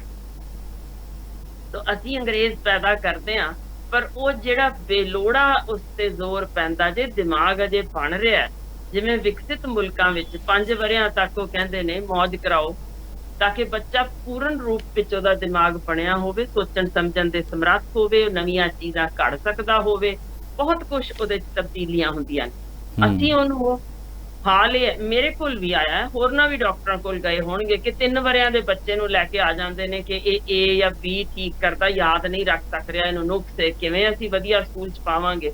ਕਿਉਂਕਿ ਸਾਡੇ ਇੱਥੇ ਤਾਂ ਸਕੂਲਾਂ ਦਾ ਦਾਖਲਾ ਇੱਥੋਂ ਤੱਕ ਹਾਲ ਪਹੁੰਚ ਚੱਲਿਆ ਜੇ ਕਿ ਮਾਂ ਦੇ ਢਿੱਡ 'ਚ ਹੀ ਹੈ ਨਾ ਪ੍ਰੈਗਨੈਂਸੀ, ਤੇ ਆ ਕੇ ਤੁਸੀਂ ਨਾਮ ਦਰਜ ਕਰਵਾ ਜਾਓ ਤਾਂ ਹੀ ਤੁਹਾਨੂੰ ਦਾਖਲਾ ਮਿਲੇਗਾ, ਵਰਨਾ ਮਿਲਦਾ ਨਹੀਂ। ਸੋ ਅਸੀਂ ਬੇਲੋੜਾ ਬੋਝ ਉਹਨਾਂ ਦੇ ਮਨ ਉੱਤੇ ਪਾ ਦਿੰਦੇ ਹਾਂ, ਤੇ ਉਹੀ ਕਾਰਨ ਜੇ ਕਿ ਸਾਡੇ ਇੱਥੇ ਬਹੁਤ ਵੱਡੀ ਗਿਣਤੀ ਨੇ ਜਿਹੜੇ ਇਸ ਤਰੀਕੇ ਦੇ ਅੜ ਕੇ ਬੋਲਣ ਲੱਗ ਪਏ ਨੇ। ਫਿਰ ਬੇਲੋੜੀਆਂ ਝਿੜਕਾਂ ਸਾਡੀ ਆਦਤ ਹੈ, ਬੱਚੇ ਨੂੰ ਬਿਨਾਂ ਵਜ੍ਹਾ ਰੱਤੀ ਮਾਸਾ ਵੀ ਕੁਛ ਰੁੜ ਵੀ ਜਾਵੇ ਤਾਂ ਅਸੀਂ ਕੁੱਟ ਕੇ ਬੁਰਾ ਹਾਲ ਕਰ ਦਿੰਦੇ ਹਾਂ। ਕਦੇ ਇਹੋ ਜਿਹੀਆਂ ਖਬਰਾਂ ਜਾਂ ਤਸਵੀਰਾਂ ਜਾਂ ਇਹੋ ਜਿਹੀਆਂ ਵੀਡੀਓਜ਼ ਵੀ ਆਉਂਦੀਆਂ ਨੇ ਕਿ ਨਿੱਕੀ ਜਿਹੀ ਬੱਚੀ ਨੂੰ ਸਿਰਫ ਹੋਮਵਰਕ ਦਾ ਪੇਜ ਨਾ ਮੁਕਾਉਣ ਪਿੱਛੇ ਬੰਨ ਕੇ ਕੋਠੇ ਤੇ ਗਰਮੀ 'ਚ ਪਾ ਦਿੱਤਾ, ਯਾਨੀ ਹੱਦ ਹੀ ਕਰ ਦਿੰਦੇ ਆ। ਸੋ ਮਾਰ ਕੁਟਾਈ ਸਾਡੀ ਸਿਖਰਾਂ ਤੇ ਹੈ। ਉਹ ਡਰ ਜਿਹੜਾ ਸਾਰਾ ਕੁਛ ਇਹਨੂੰ ਨਾਲ ਜੋੜਦਾ ਜੇ, ਉਸ ਸਦਕਾ ਇਹ ਬੱਚੇ ਅੜ ਕੇ ਬੋਲਣ ਲੱਗ ਜਾਂਦੇ ਨੇ। ਹਾਲ ਇਹ ਜੇ ਕਿ national institute of deafness and other communication disorders ਵਾਲਿਆਂ ਨੇ 4 ਵੱਖੋ ਵੱਖਰੇ ਇਸ ਵੇਲੇ ਜੀਨ ਹੀ ਲੱਭ ਛੱਡੇ ਨੇ ਜਿਨ੍ਹਾਂ ਵਿੱਚ ਵੱਖੋ ਵੱਖਰੀ ਤਰ੍ਹਾਂ ਦੇ ਨੁਕਸ ਦਿਸਦੇ ਨੇ ਅੜ ਕੇ ਜਾਂ ਸਤਲਾਉਣ ਵਾਲੇ। ਸੋ ਮਤਲਬ ਸਮਝ ਲਓ ਕਿ ਇੱਕ ਤਾਂ ਜੈਨੇਟਿਕ ਵਿਚਾਰਾ ਅੱਗੇ ਹੀ ਮਾਰ ਖਾਇਆ ਪਿਆ ਉੱਥੋਂ ਜੀਨ ਦੇ ਉੱਤੇ ਆਧਾਰਿਤ, ਜਿਸ ਦਾ ਪਿਤਾ ਜਾਂ ਮਾਂ ਵੀ ਸ਼ਾਇਦ ਇਸ ਤਰ੍ਹਾਂ ਦਾ ਰੋਗ ਲੈ ਰਹੇ ਹੋਣ, ਉੱਪਰੋਂ ਅਸੀਂ ਉਹਨੂੰ ਬੇਲੋੜਾ ਪੜ੍ਹਾਈ ਦਾ ਤੇ ਝਿੜਕਾਂ ਦਾ ਤੇ ਉਹ ਹਾਲ ਕਰ ਦਿੰਦੇ ਆ ਕਿ ਬਸ ਪਤਾ ਨਹੀਂ ਬੱਚਾ ਕਿਵੇਂ ਨਿਕਲਦਾ। ਸੱਚ ਡਰਾਉਣ ਵਾਲੀਆਂ ਹੁੰਦੀਆਂ ਨੇ ਕਈ ਤਾਂ ਵੀਡੀਓਜ਼ ਜਿੱਥੇ ਇੱਕ ਪਿਓ ਕਿਸ ਤਰੀਕੇ ਬੇਟੀਆਂ ਨੂੰ ਜਾਂ ਬੇਟਿਆਂ ਨੂੰ ਕੁੱਟਦਾ ਮਾਰਦਾ, ਨਿੱਕਿਆਂ ਨੂੰ, ਸੱਚਮੁੱਚ ਸਾਨੂੰ ਦਿਖਦਾ ਹੁੰਦਾ ਕਿ ਇਹ ਆਉਣ ਵਾਲੇ ਸਮੇਂ ਦੇ ਤਗੜੇ ਗੈਂਗਸਟਰ ਹੀ ਬਣਨਗੇ, ਕਿਉਂਕਿ ਜਿੰਨੀ ਕੁ ਮਾਰ ਕੇ ਅਸੀਂ ਉਹਨਾਂ ਦਾ ਦਿਮਾਗ ਖਤਮ ਕੀਤਾ, ਸਮਾਜ ਪ੍ਰਤੀ ਸਾਰਥਕ ਸੋਚ ਉਹਨਾਂ ਦੀ ਹੋ ਨਹੀਂ ਸਕਦੀ। ਖੈਰ, ਦੂਜੀ ਤਰ੍ਹਾਂ ਦਾ ਨੁਕਸ ਹੁੰਦਾ ਜੇ ਦਿਮਾਗੀ ਸੁਨੇਹਿਆਂ ਵੱਲ ਜਿਹੜੇ ਜਾਂਦੇ ਨੇ, ਯਾਨੀ ਬਾਹਰੋਂ ਸੁਣ ਕੇ ਜੋ ਕੁਛ ਅਸੀਂ ਕਰਨਾ, ਉਹਨਾਂ ਵਿੱਚ ਨੁਕਸ ਆ ਜਾਂਦਾ। ਹੁਣ ਇਹਦੇ ਵਿੱਚ ਕਈ ਕਿਸਮਾਂ ਦੀ ਸੱਟ ਵੱਜ ਜਾਣੀ ਦਿਮਾਗ ਤੇ, ਯਾਨੀ ਪਹਿਲਾਂ ਬੰਦਾ ਬਿਲਕੁਲ ਠੀਕ ਠਾਕ ਸੀ, ਪਰ ਉਸ ਸੱਟ ਕਾਰਨ ਜਿਹੜੀ ਲੱਗੀ ਉਹ ਬਾਅਦ ਵਿੱਚ ਵੀ ਉਹ ਸੈਂਟਰ ਦੇ ਉੱਤੇ ਜੋ ਨੁਕਸ ਹੋਣ ਕਾਰਨ ਬਾਅਦ ਵਿੱਚ ਵੀ ਇਹ ਦਿੱਕਤ ਦਾ ਉਹਨੂੰ ਸਾਹਮਣਾ ਕਰਨਾ ਪੈ ਸਕਦਾ। ਇਸੇ ਤਰ੍ਹਾਂ ਜੇ ਇੱਕ ਬਹੁਤ ਅਹਿਮ ਨੁਕਤਾ ਜੇ ਕਿਹੋ ਜੀ ਸੱਟ ਤੋਂ ਬਾਅਦ ਜੇ ਬੱਚੇ ਕਿਸੇ ਨੂੰ ਲੱਗ ਜਾਏ 6 ਮਹੀਨੇ ਤੱਕ, ਜੇ ਉਸ ਤੋਂ ਬਾਅਦ ਲਗਾਤਾਰ ਅੜ ਕੇ ਹੀ ਬੋਲਦਾ ਰਿਹਾ, ਨਹੀਂ ਠੀਕ ਹੋਇਆ 6 ਮਹੀਨੇ ਦੇ ਅੰਦਰ, ਤਾਂ ਹਰ ਹਾਲ ਵਿੱਚ ਉਹਨੂੰ ਡਾਕਟਰ ਕੋਲ ਲਿਜਾਉਣ ਦੀ ਉਦੋਂ ਲੋੜ ਪੈਂਦੀ ਜੇ। ਯਾਨੀ ਆਪਾਂ ਐਂਡ ਵਿੱਚ ਦੱਸਾਂਗੇ ਕਿ ਕਦੋਂ ਡਾਕਟਰ ਕੋਲ ਲਿਜਾਉਣ ਦੀ ਲੋੜ ਹੈ। ਹਰ ਅੜਦੇ ਬੋਲਦੇ ਬੱਚੇ ਨੂੰ ਡਾਕਟਰ ਕੋਲ ਲਿਜਾਣ ਨਾਲ ਸਗੋਂ ਉਹਦੀ ਇਹ ਬਿਮਾਰੀ ਵੱਧਦੀ ਹੈ, ਕਿਉਂਕਿ ਉਹਨੂੰ ਲੱਗਦਾ ਹੈ, ਅਸੀਂ ਉਹਨੂੰ ਦੱਸ ਦਿੰਦੇ ਆ ਕਿ ਤੂੰ ਰੋਗੀ ਹੈ, ਉਹਨੂੰ ਸਿਰਫ ਉਹੀ ਨਹੀਂ ਹੋਰ ਬੜੇ ਕਿਸਮ ਦੇ ਮਾਨਸਿਕ ਰੋਗ ਚਿੰਬੜਨਗੇ ਕਿ ਹਾਂ ਜੀ ਮੈਂ ਬਿਮਾਰ ਹਾਂ, ਮੈਂ ਮਾਨਸਿਕ ਰੋਗੀ ਹਾਂ, ਇਹਦਾ ਮਤਲਬ ਹੈ ਮੈਂ ਪੂਰਾ ਪੜ੍ਹ ਵੀ ਨਹੀਂ ਸਕਣ ਲੱਗਾ, ਮੈਂ ਕੁਝ ਅਚੀਵ ਵੀ ਨਹੀਂ ਕਰ ਸਕਣ ਲੱਗਾ। ਸੋ ਉਹਨੂੰ ਅਸੀਂ ਵਾਧੂ ਦੀ ਡਿਪਰੈਸ਼ਨ ਦੇ ਦਿੰਦੇ ਆ। ਇਸ ਕਰਕੇ ਬਹੁਤ ਚੀਜ਼ਾਂ ਨੇ ਜਿੱਥੇ ਬੇਲੋੜੇ ਟੈਸਟ ਕਰਾਉਣੇ ਜਾਂ ਬੇਲੋੜਾ ਡਾਕਟਰਾਂ ਕੋਲ ਲਿਜਾਣਾ। ਮੈਂ ਤੁਹਾਨੂੰ ਸੱਚ ਦੱਸਦੀ, ਥੱਬੇ ਭਰ ਕੇ ਏਡੇ ਏਡੇ ਆਉਂਦੇ ਨੇ ਟੈਸਟਾਂ ਦੇ, ਜਿਹੜੇ ਸਾਡੇ ਕਰਵਾ ਕੇ ਪਹੁੰਚਦੇ ਨੇ ਮਾਪੇ ਕਿ ਅਸੀਂ 15 ਡਾਕਟਰਾਂ ਕੋਲ ਤੇ ਐਡੇ ਐਡੇ ਥੱਬੇ ਟੈਸਟਾਂ ਦੇ ਕਰਾ ਚੁੱਕੇ ਨੇ। ਤੇ ਉਹ ਮਰੀਜ਼ ਨੂੰ ਜਦੋਂ ਬੱਚੇ ਨੂੰ ਝਾਕ ਵੀ ਲਓ ਨਾ, ਤਰੰਦਾ ਡਰਦਾ ਕੰਬਦਾ ਕਿ ਖਰੇ ਕੀ ਕੁਛ ਮੇਰੇ ਅੰਦਰ ਨਿਕਲ ਆਇਆ, ਜਦ ਕਿ ਦੇਖੀਦਾ ਕਿ ਬਹੁਤੀ ਵਾਰ ਸਭ ਕੁਝ ਨਾਰਮਲ ਹੀ ਹੁੰਦਾ, ਬੱਚੇ ਨੂੰ ਕੁਝ ਵੀ ਨਹੀਂ ਹੁੰਦਾ। ਪਰ ਫਿਰ ਵੀ ਇੱਕ ਅਫਸੋਸ ਦੀ ਗੱਲ ਕਿ ਜਦੋਂ ਕਹੀਦਾ ਦਵਾਈਆਂ ਬੰਦ ਕਰ ਦਿਓ, ਕੁਝ ਵੀ ਲੋੜ ਨਹੀਂ ਹੈ, ਬੱਚਾ ਠੀਕ ਹੈ, ਤਾਂ ਲੋਕ ਡਾਕਟਰ ਬਦਲਣ ਨੂੰ ਤਰਜੀਹ ਦਿੰਦੇ ਨੇ ਕਿ ਨਹੀਂ ਜੀ ਬੱਚੇ ਨੂੰ ਤਾਂ ਨੁਕਸ ਹੈ ਹੀ। ਖਰੇ ਸਾਈਕੋਲੋਜੀਕਲੀ ਅਸੀਂ ਇਹ ਮਹਿਸੂਸ ਕਰਨ ਲੱਗ ਜਾਂਦੇ ਹਾਂ ਕਿ ਜੇ ਬੱਚੇ ਨੂੰ ਕੋਈ ਦਵਾਈ ਨਹੀਂ ਦਿੱਤੀ ਉਹ ਠੀਕ ਹੋ ਹੀ ਨਹੀਂ ਸਕਦਾ ਜੀ। ਤਾਂ ਇਹ ਸਗੋਂ ਇੱਕ ਵੱਖ ਤਰ੍ਹਾਂ ਦੇ ਅਸੀਂ ਨੁਕਸਾਂ ਨਾਲ ਜਾਨੀ ਜੂਝ ਰਹੇ ਹਾਂ। ਇੱਕ ਹੋਰ ਅਹਿਮ ਨੁਕਸ ਜੇ ਜਿਹਨੂੰ ਅਸੀਂ ਈਡੀਅਟ ਸਿੰਡਰੋਮ ਕਹਿਣ ਲੱਗ ਗਏ ਹਾਂ ਜੀ। ਇਹ ਬਕਾਇਦਾ ਟਰਮ ਬਣ ਗਈ ਹੈ ਜਿਹਨੂੰ IDIOT ਈਡੀਅਟ ਸਿੰਡਰੋਮ ਹੈ, ਜਿਹਦੇ ਚ ਇੰਟਰਨੈਟ ਦੇ ਉੱਤੋਂ ਜਾਣਕਾਰੀ ਲੈ ਕੇ ਆਪੇ ਹੀ ਉਸ ਤੋਂ ਸਿੱਖੇ ਟੈਸਟ ਵੀ ਕਰਾ ਕੇ ਤੇ ਆਪੇ ਇਲਾਜ ਲੱਭ ਕੇ ਉਹਨੂੰ ਕਰਕੇ ਫੇਰ ਪਹੁੰਚਦੇ ਨੇ ਬਹੁਤ ਵੱਡੀ ਗਿਣਤੀ ਮਰੀਜ਼। ਇੰਨੀ ਵੱਡੀ ਗਿਣਤੀ ਚ ਜਿਨ੍ਹਾਂ ਚ ਮੈਂ ਤੁਹਾਨੂੰ ਬਕਾਇਦਾ ਇਹ ਸਾਡੇ ਲਿਖਤੀ ਰੂਪ ਵਿੱਚ ਹੁਣ ਆ ਗਿਆ, ਕਿਤਾਬ ਵਿੱਚ ਛਪ ਗਿਆ ਕਿ ਇਹ ਵੀ ਇੱਕ ਈਡੀਅਟ ਸਿੰਡਰੋਮ ਹੈ, ਜਿੱਥੇ ਇੰਟਰਨੈਟ ਦੇ ਉੱਤੇ ਆਧਾਰਿਤ ਅਸੀਂ ਬੱਚਿਆਂ ਨੂੰ ਮਾਨਸਿਕ ਰੋਗੀ ਬਣਦਿਆਂ ਵੇਖਿਆ। ਯਾਨੀ ਇੱਕ ਨਿੱਛ ਮਾਰਤੀ, ਫਟਾਫਟ ਮਾਂ ਜਾਂ ਪਿਓ ਨੇ ਲੱਭਿਆ ਜੀ ਇਹਦਾ ਕੀ ਕਾਰਨ ਹੋ ਸਕਦਾ, ਉਹਦੇ ਚ 36 ਕਾਰਨ ਆ ਗਏ, ਉਹਨਾਂ ਦੇ ਹੁਣ 15 ਕਿਸਮਾਂ ਦੇ ਵਿੱਚੋਂ ਟੈਸਟ ਕਰਾ ਲਏ ਤੇ ਫਿਰ ਆਪੇ ਹੀ ਕਿ ਇਹਦੇ ਵਿੱਚ ਦੇਖੋ ਨਾ, ਹਰ ਸਰੀਰ ਆਪੋ ਆਪਣੇ ਵੱਖਰੀ ਕਿਸਮ ਦਾ ਹੈ। ਤੁਹਾਡਾ ਤੇ ਮੇਰਾ ਹੀਮੋਗਲੋਬਿਨ ਵੀ ਵੱਖ ਹੋਏਗਾ, ਇਸੇ ਤਰ੍ਹਾਂ ਤੁਹਾਡੇ ਤੇ ਮੇਰੇ ਸੈੱਲਾਂ 'ਚ ਵੀ ਵੱਖ ਹੋਏਗਾ। ਅਸੀਂ ਨਾਰਮਲ ਰੇਂਜ ਵੀ ਬਹੁਤ ਚੌੜੀ ਰੱਖਦੇ ਹਾਂ, 4000 ਤੋਂ 11000 ਤੱਕ, ਬਹੁਤ ਵੱਡਾ ਜੇ। ਤੋ ਇਹਦੇ ਵਿੱਚ ਨਹੀਂ ਜੀ ਮੇਰਾ 4000 ਹੈ, ਮੇਰੇ ਬੱਚੇ ਦਾ ਇੱਥੇ 4500 ਹੋ ਗਿਆ, ਇਹਨੂੰ ਤਾਂ ਬਹੁਤ ਭਾਰਾ ਨੁਕਸ ਜੇ। ਸੋ ਉੱਥੇ ਹੀ ਇੰਟਰਨੈਟ ਦੀ ਦਵਾਈਆਂ ਵੀ ਪੜ੍ਹ ਕੇ ਸਾਡੇ ਕੋਲ ਤਾਂ ਹਾਲ ਇਹ ਜੇ ਕਿ ਕਈ ਬੇਲੋੜੀਆਂ ਦਵਾਈਆਂ ਉਹ ਵੀ ਮਾਪਿਆਂ ਵੱਲੋਂ ਹੀ ਸੁਝਾਈਆਂ, ਇੰਟਰਨੈਟ ਰਾਹੀਂ ਲਈਆਂ, ਜਿਗਰ ਜਾਂ ਗੁਰਦੇ ਦੇ ਕੋਈ ਰੋਗ ਲੈ ਕੇ ਹੀ ਸਾਡੇ ਕੋਲ ਪਹੁੰਚਦੇ ਨੇ, ਜਿੱਥੇ ਸਾਨੂੰ ਇਲਾਜ ਕਰਨਾ ਔਖਾ ਹੋ ਜਾਂਦਾ। ਇਸੇ ਕਰਕੇ ਇਸ ਬਿਮਾਰੀ ਦਾ ਨਾਮ ਦੇ ਦਿੱਤਾ ਗਿਆ। ਰੱਬ ਦਾ ਵਾਸਤਾ ਜੇ ਇੱਕ ਨਿੱਛ ਨੂੰ ਇੰਟਰਨੈਟ ਤੇ ਨਾ ਕਰੋ।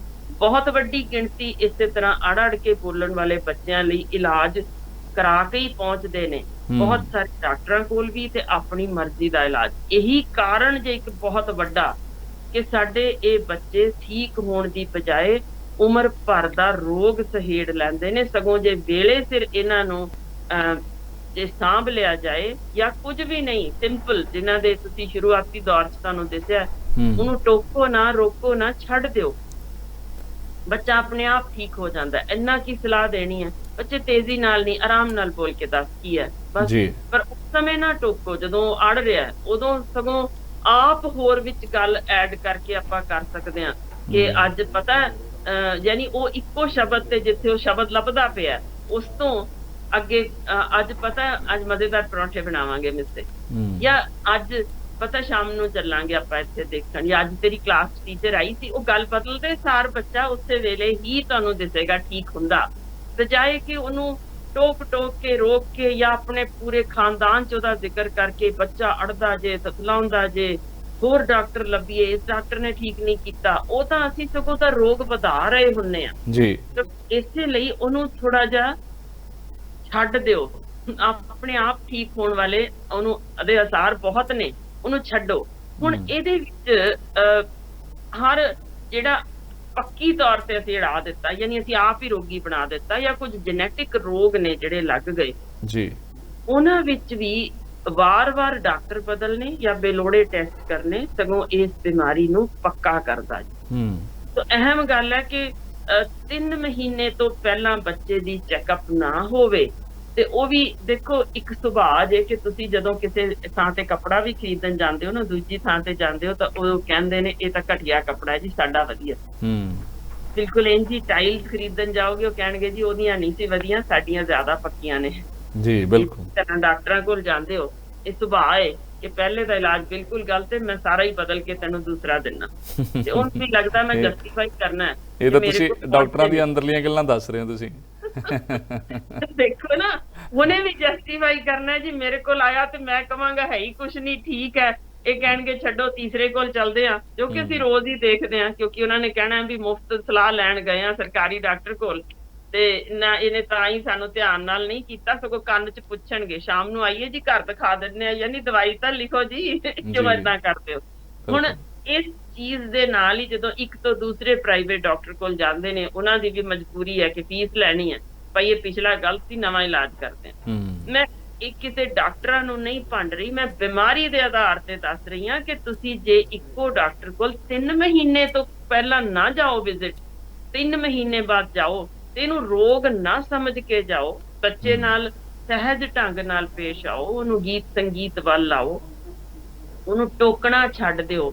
ਜੇ ਦੋਸਤਾਂ ਵਿੱਚ ਖਿੱਲੀ ਉਡਾਈ ਜਾਂਦੀ ਹੈ ਤਾਂ ਉਹਨੂੰ ਕੋਈ ਵੱਖਰੀ ਕਿਸਮ ਦੇ ਖੇਡਾਂ ਵਿੱਚ ਪਾ ਦਿਓ, ਯਾਨੀ ਉਹਨੂੰ ਬਾਸਕਟਬਾਲ ਪਾਤਾ ਜਾਂ ਕੋਈ ਇਹੋ ਜਿਹਾ ਜਿੱਥੇ ਬੋਲਣਾ ਨਹੀਂ, ਉਹਨੇ ਐਕਸ਼ਨ ਕਰਨਾ ਹੈ, ਤਾਂ ਇਹ ਚੀਜ਼ਾਂ ਆਪਣੇ ਆਪ ਠੀਕ ਹੋਣ ਵਾਲੀਆਂ ਨੇ। ਇਹਨਾਂ ਤੇ ਤੁਸੀਂ ਯਾਨੀ ਅਨਨੈਸੈਸਰੀ ਅਸੀਂ ਜੇ ਉਹਦੇ ਤੇ ਪ੍ਰੈਸ਼ਰ ਨਾ ਪਾਈਏ ਤਾਂ ਜੀ ਵੱਡੀ ਗਿਣਤੀ ਠੀਕ ਹੋਣ ਵਾਲੇ ਨੇ। ਇੱਕ ਹੋਰ ਅਹਿਮ ਨੁਕਤਾ ਮੈਂ ਜ਼ਰੂਰ ਦੱਸਾਂ ਕਿ ਅਸੀਂ ਆਮ ਤੌਰ ਤੇ ਘਰੇਲੂ ਮਾਹੌਲ ਜਿਸ ਤੋਂ ਅਸੀਂ ਬਿਲਕੁਲ ਇਨਕਾਰੀ ਹੋ ਜਾਂਦੇ ਹਾਂ। ਹੂੰ ਖਿਮਾ ਕਰੋ, ਬਹੁਤ ਸਾਰੇ ਮਾਪੇ ਬੜੇ ਅਜੀਬ ਸ਼ਕਲਾਂ ਨਾਲ ਵੀ ਦੇਖਦੇ ਨੇ ਜਦੋਂ ਅਸੀਂ ਗੱਲ ਕਰਦੇ ਹਾਂ ਕਿ ਘਰੇਲੂ ਮਾਹੌਲ ਦਾ ਬਹੁਤ ਫਰਕ ਪੈਂਦਾ ਜੇ। ਜੀ ਜਦੋਂ ਬੱਚਿਆਂ ਦੇ ਸਾਹਮਣੇ ਲੜਦੇ ਹੋ, ਝਗੜਦੇ ਹੋ, ਮਾੜੇ ਸ਼ਬਦ ਬੋਲਦੇ ਹੋ ਜਾਂ ਮਾਰ ਕੁਟਾਈ ਹੁੰਦੀ ਹੈ, ਉਹ ਬੱਚੇ ਦੇ ਬਣਦੇ ਦਿਮਾਗ ਉੱਤੇ ਸਦੀਵੀ ਅਸਰ ਛੱਡਦਾ ਜੀ।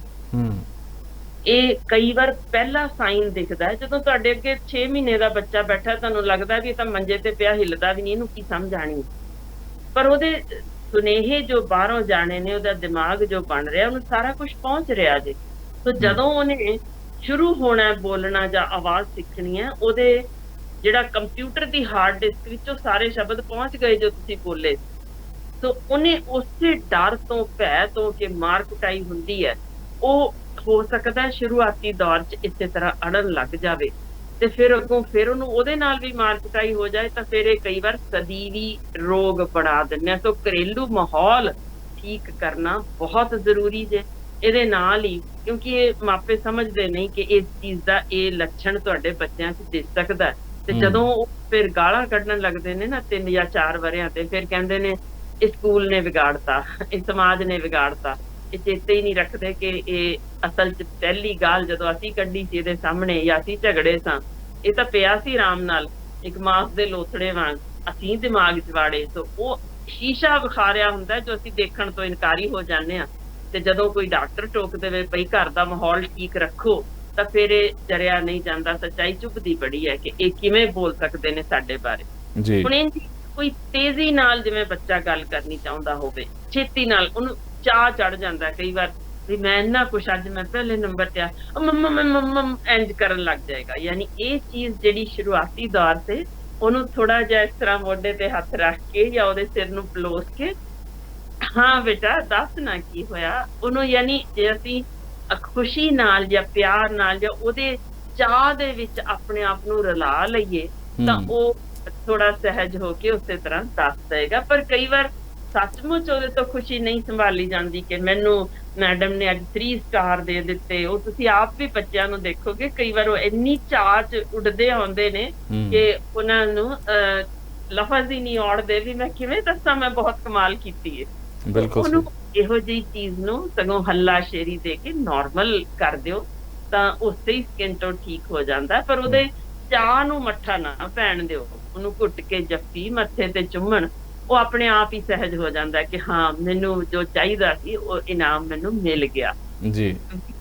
ਇੰਜੀ ਇੱਕ ਹੋਰ ਇੰਟਰਸਟਿੰਗ ਚੀਜ਼ ਦੱਸਾਂ, ਕਿ ਜੇ ਅਸੀਂ ਜਿਵੇਂ ਬੱਚਾ ਬੋਲਿਆ ਤੇ ਵਾਪਸ ਅਸੀਂ ਉਸੇ ਹੀ ਤਰ੍ਹਾਂ ਉਹਦੇ ਨਾਲ ਕਦੇ ਗੱਲ ਕਰਨੀ ਸ਼ੁਰੂ ਕਰ ਦਈਏ, ਯਾਨੀ ਜੇ ਉਹਨੇ ਕਿਹਾ ਗਲਾਸ, ਹੂੰ ਤਾਂ ਫਿਰ ਅਸੀਂ ਵੀ ਅੱਗੋਂ ਜੇ ਮਾਂ ਜਾਂ ਪਿਓ ਉਹਨੂੰ ਛੇੜਨ ਦਾ ਇੱਕ ਢੰਗ ਦੇ ਨਾਲ, ਹਾਂ ਗਲਾਸ ਲੈਣਾ, ਹੂੰ ਇਸ ਤੋਂ ਵੱਧ ਵੱਡੀ ਦੁਸ਼ਮਣੀ ਨਹੀਂ ਕੱਟੀ ਜਾ ਸਕਦੀ ਬੱਚੇ ਨੂੰ। ਜੀ ਇਹ ਉੱਕਾ ਹੀ ਨਹੀਂ ਕਰਨਾ ਕਿ ਉਹਦਾ ਮਜ਼ਾਕ ਉਡਾਇਆ ਜਾਵੇ ਜਾਂ ਉਹਨੂੰ ਇਸ ਚੀਜ਼ ਦਾ ਅਹਿਸਾਸ ਦਿਵਾਇਆ ਜਾਵੇ ਹੂੰ ਕਿ ਤੇਰੇ ਚ ਕਮੀ ਹੈ ਜਾਂ ਤੇਰੇ ਚ ਇਹ ਨੁਕਸ ਹੈ। ਇਹ ਤਾਂ ਫਿਰ ਉਹਦੇ ਨਾਲ ਵਾਕਈ ਅਸੀਂ ਉਹਦੀ ਜ਼ਿੰਦਗੀ ਨਾਸ ਮਾਰ ਰਹੇ ਹਾਂ, ਅਸੀਂ ਮਾਪੇ ਸਹੀ ਗੱਲ। ਅਕਾਉਣ ਚੁੱਕੇ ਵੀ ਨਹੀਂ ਹੂੰ ਤੇ ਇਹ ਗੱਲ ਚੀਜ਼ਾਂ ਜੀ, ਇਹ ਗੁਰੇਜ਼ ਗੱਲ ਕਰਨ। ਬਿਲਕੁਲ ਠੀਕ ਹੈ ਤੁਹਾਡੀ। ਇੱਕ ਇਹ ਵੀ ਚੀਜ਼ ਦੱਸਿਓ ਕਿ ਜਿਵੇਂ ਵੱਖ-ਵੱਖ ਜਿਹੜੇ ਲੋਕ ਹੁੰਦੇ ਆ ਉਹਨਾਂ ਦੇ ਅੱਖਰ ਅਲੱਗ-ਅਲੱਗ ਅੜਦੇ ਹੁੰਦੇ ਆ। ਕਿਸੇ ਦੇ ਕੱਕੇ ਦੇ ਵਿੱਚ ਫਰਕ ਹੈ, ਕੋਈ ਰਾਰਾ ਠੀਕ ਢੰਗ ਦੇ ਨਾਲ ਨਹੀਂ ਬੋਲ ਪਾਉਂਦਾ, ਉਹਦੀ ਜਗ੍ਹਾ ਤੇ ਹੋਰ ਸ਼ਬਦ ਵਰਤਦਾ। ਕੋਈ ਜਿਹੜਾ ਡੱਡਾ ਆ ਉਹਨੂੰ ਕਿਸੇ ਹੋਰ ਸ਼ਬਦ ਦੇ ਨਾਲ ਵਰਤਦਾ। ਜਿਵੇਂ ਕਿਸੇ ਨੇ ਕੋਈ ਕਿਹਾ ਕਿ ਮੈਂ ਕੋਈ ਗੱਲ ਕੀਤੀ ਹੈ, ਉਹ ਕੀਤੀ ਦੀ ਜਗ੍ਹਾ ਉਹਦਾ ਟੈਂਕਾ ਜਿਹੜਾ ਉਹ ਉੱਥੇ ਸ਼ਬਦ ਬੋਲਿਆ ਜਾਂਦਾ ਗਾ, ਜਾਂ ਕੋਈ ਡੱਡਾ ਉੱਥੇ ਬੋਲ ਦਿੰਦਾ ਗਾ। ਉਹਦੇ ਵਿੱਚ ਵੀ ਕੋਈ ਅੰਤਰ ਹੁੰਦਾ। ਔਰ ਦੂਜੀ ਗੱਲ ਇੱਕ ਇਹ ਵੀ ਧਾਰਨਾ ਬਣੀ ਹੋਈ ਹੈ ਕਿ ਜੇਕਰ ਤੁਸੀਂ ਕਿਸੇ ਇਸ ਵਿਅਕਤੀ ਦੀ ਛੇੜ ਲਾਉਣੇ ਹੋ, ਮੰਨ ਲਓ ਕਿ ਕੋਈ ਇਸ ਤਰ੍ਹਾਂ ਥਥਲਾ ਕੇ ਬੋਲਦਾ ਹੈ ਔਰ ਕੋਈ ਦੂਜਾ ਉਹਨੂੰ ਲਗਾਤਾਰ ਇਸੇ ਤਰੀਕੇ ਦੇ ਨਾਲ ਛੇੜਦਾ ਰਹੇ, ਤਾਂ ਉਹਨੂੰ ਵੀ ਕਦੇ ਨਾ ਕਦੇ ਇਸ ਤਰੀਕੇ ਨਾਲ ਜਿਹੜੀ ਥਥਲਾਉਣ ਦੀ ਆਦਤ ਪੈ ਜਾਂਦੀ ਹੈ, ਉਹ ਵੀ ਅੜਨ ਲੱਗ ਜਾਂਦਾ ਗਾ। ਕਿ ਇਹ ਵੀ ਇੱਕ ਧਾਰਨਾ ਹੈਗੀ, ਇਹਦੇ 'ਚ ਵੀ ਕੋਈ ਸੱਚਾਈ ਹੈਗੀ ਹੈ? ਹਾਂ, ਬਿਲਕੁਲ ਸਹੀ ਕਹਿੰਦੇ ਹੋ ਜੀ। ਜਦੋਂ ਅਸੀਂ ਕਿਸੇ ਦਾ ਮਜ਼ਾਕ ਉਡਾਉਂਦੇ ਆ, ਯਾਨੀ ਕਿਸੇ ਨੂੰ ਛੇੜਨਾ, ਤੇ ਇਹ ਭੁੱਲ ਹੀ ਜਾਂਦੇ ਆ ਕਿ ਅਸੀਂ ਆਪਣੀ ਉਸੇ ਤਰ੍ਹਾਂ ਤਾਲੂਆ, ਜੀਭ, ਬੁੱਲ ਸਭ ਉਸੇ ਤਰ੍ਹਾਂ ਹਿਲਾਏ ਜੀ ਜਿਨ੍ਹਾਂ ਨੇ ਹੌਲੀ ਹੌਲੀ ਉਹੀ ਆਦਤ ਪਕੜ ਲੈਣੀ ਆ। ਹੁਣ ਦੇਖੋ ਨਾ, ਕੋਈ ਮੋਢੇ ਹਿਲਾਉਂਦਾ ਜੇ, ਝਟਕੇ ਦਿੰਦਾ ਜੇ, ਕੋਈ ਅੱਖ ਨੂੰ, ਕੋਈ ਬੁੱਲ ਟੇਢੇ ਕਰਦਾ ਜੇ, ਕੋਈ ਸਿਰ ਇਸ ਤਰ੍ਹਾਂ ਝਟਕ ਲੈਂਦਾ ਜੇ, ਇਹ ਅਲੱਗ-ਅਲੱਗ ਆਦਤ ਜੇ। ਬਿਲਕੁਲ ਇਹ ਜੀ, ਜੇ ਅਸੀਂ ਕਿਸੇ ਦੀ ਅੜ ਕੇ ਬੋਲਣ ਵਾਲੀ ਆਦਤ ਨੂੰ ਅਪਣਾਉਂਦੇ ਆ ਸਿਰਫ ਉਹਨੂੰ ਛੇੜਨ ਦੇ ਲਈ, ਤਾਂ ਇਹ ਆਦਤ ਤਾਂ ਸਾਡੇ ਵਿੱਚ ਵੀ ਆਏਗੀ। ਤਾਂ ਇਸੇ ਲਈ ਛੇੜਨਾ ਜਾਂ ਕਿਸੇ ਨੂੰ ਇਸ ਤਰ੍ਹਾਂ ਪਾਸੇ ਤੰਗ ਕਰਨਾ ਬਹੁਤ ਮਾੜੀ ਗੱਲ ਹੁੰਦੀ ਹੈ। ਵੇਖੋ ਨਾ, ਕਿਸੇ ਨੂੰ ਜੇ ਕੋਈ ਠੀਕ ਤੁਰ ਨਹੀਂ ਰਿਹਾ ਤੇ ਅਸੀਂ ਉਹਦਾ ਮਜ਼ਾਕ ਉਡਾਈਏ, ਤਾਂ ਇਹ ਮਜ਼ਾਕ ਉਡਾਉਣ ਵਾਲੇ ਨੂੰ ਸ਼ਾਇਦ ਇਹ ਸਮਝ ਨਹੀਂ ਕਿ ਕਾਕਾ ਇੱਕ ਪੈਰ ਦਾ ਪੱਥਰ ਤੇ ਟੇਢਾ ਰੱਖਿਆ ਹੀ ਜਾਣਾ ਬਹੁਤ ਜੇ। ਪਤਾ ਨਹੀਂ ਤੁਹਾਡੇ ਗੋਡੇ ਦੀ ਕੋਈ ਕਿਸੇ ਨਾ ਕਿਸੇ ਪਾਸੇ ਦੇ ਪੱਠੇ 'ਚ ਖਿੱਚ ਪੈ ਜਾਣੀ ਹੈ, ਕੋਈ ਲਿਗਾਮੈਂਟ ਟੁੱਟ ਜਾਣਾ, ਤਾਂ ਭਾਈ ਅੱਗੋਂ ਪਤਾ ਨਹੀਂ 6 ਮਹੀਨੇ ਤੁਸੀਂ ਵੀ ਲੰਗੜਾ ਕੇ ਹੀ ਤੁਰਨਾ।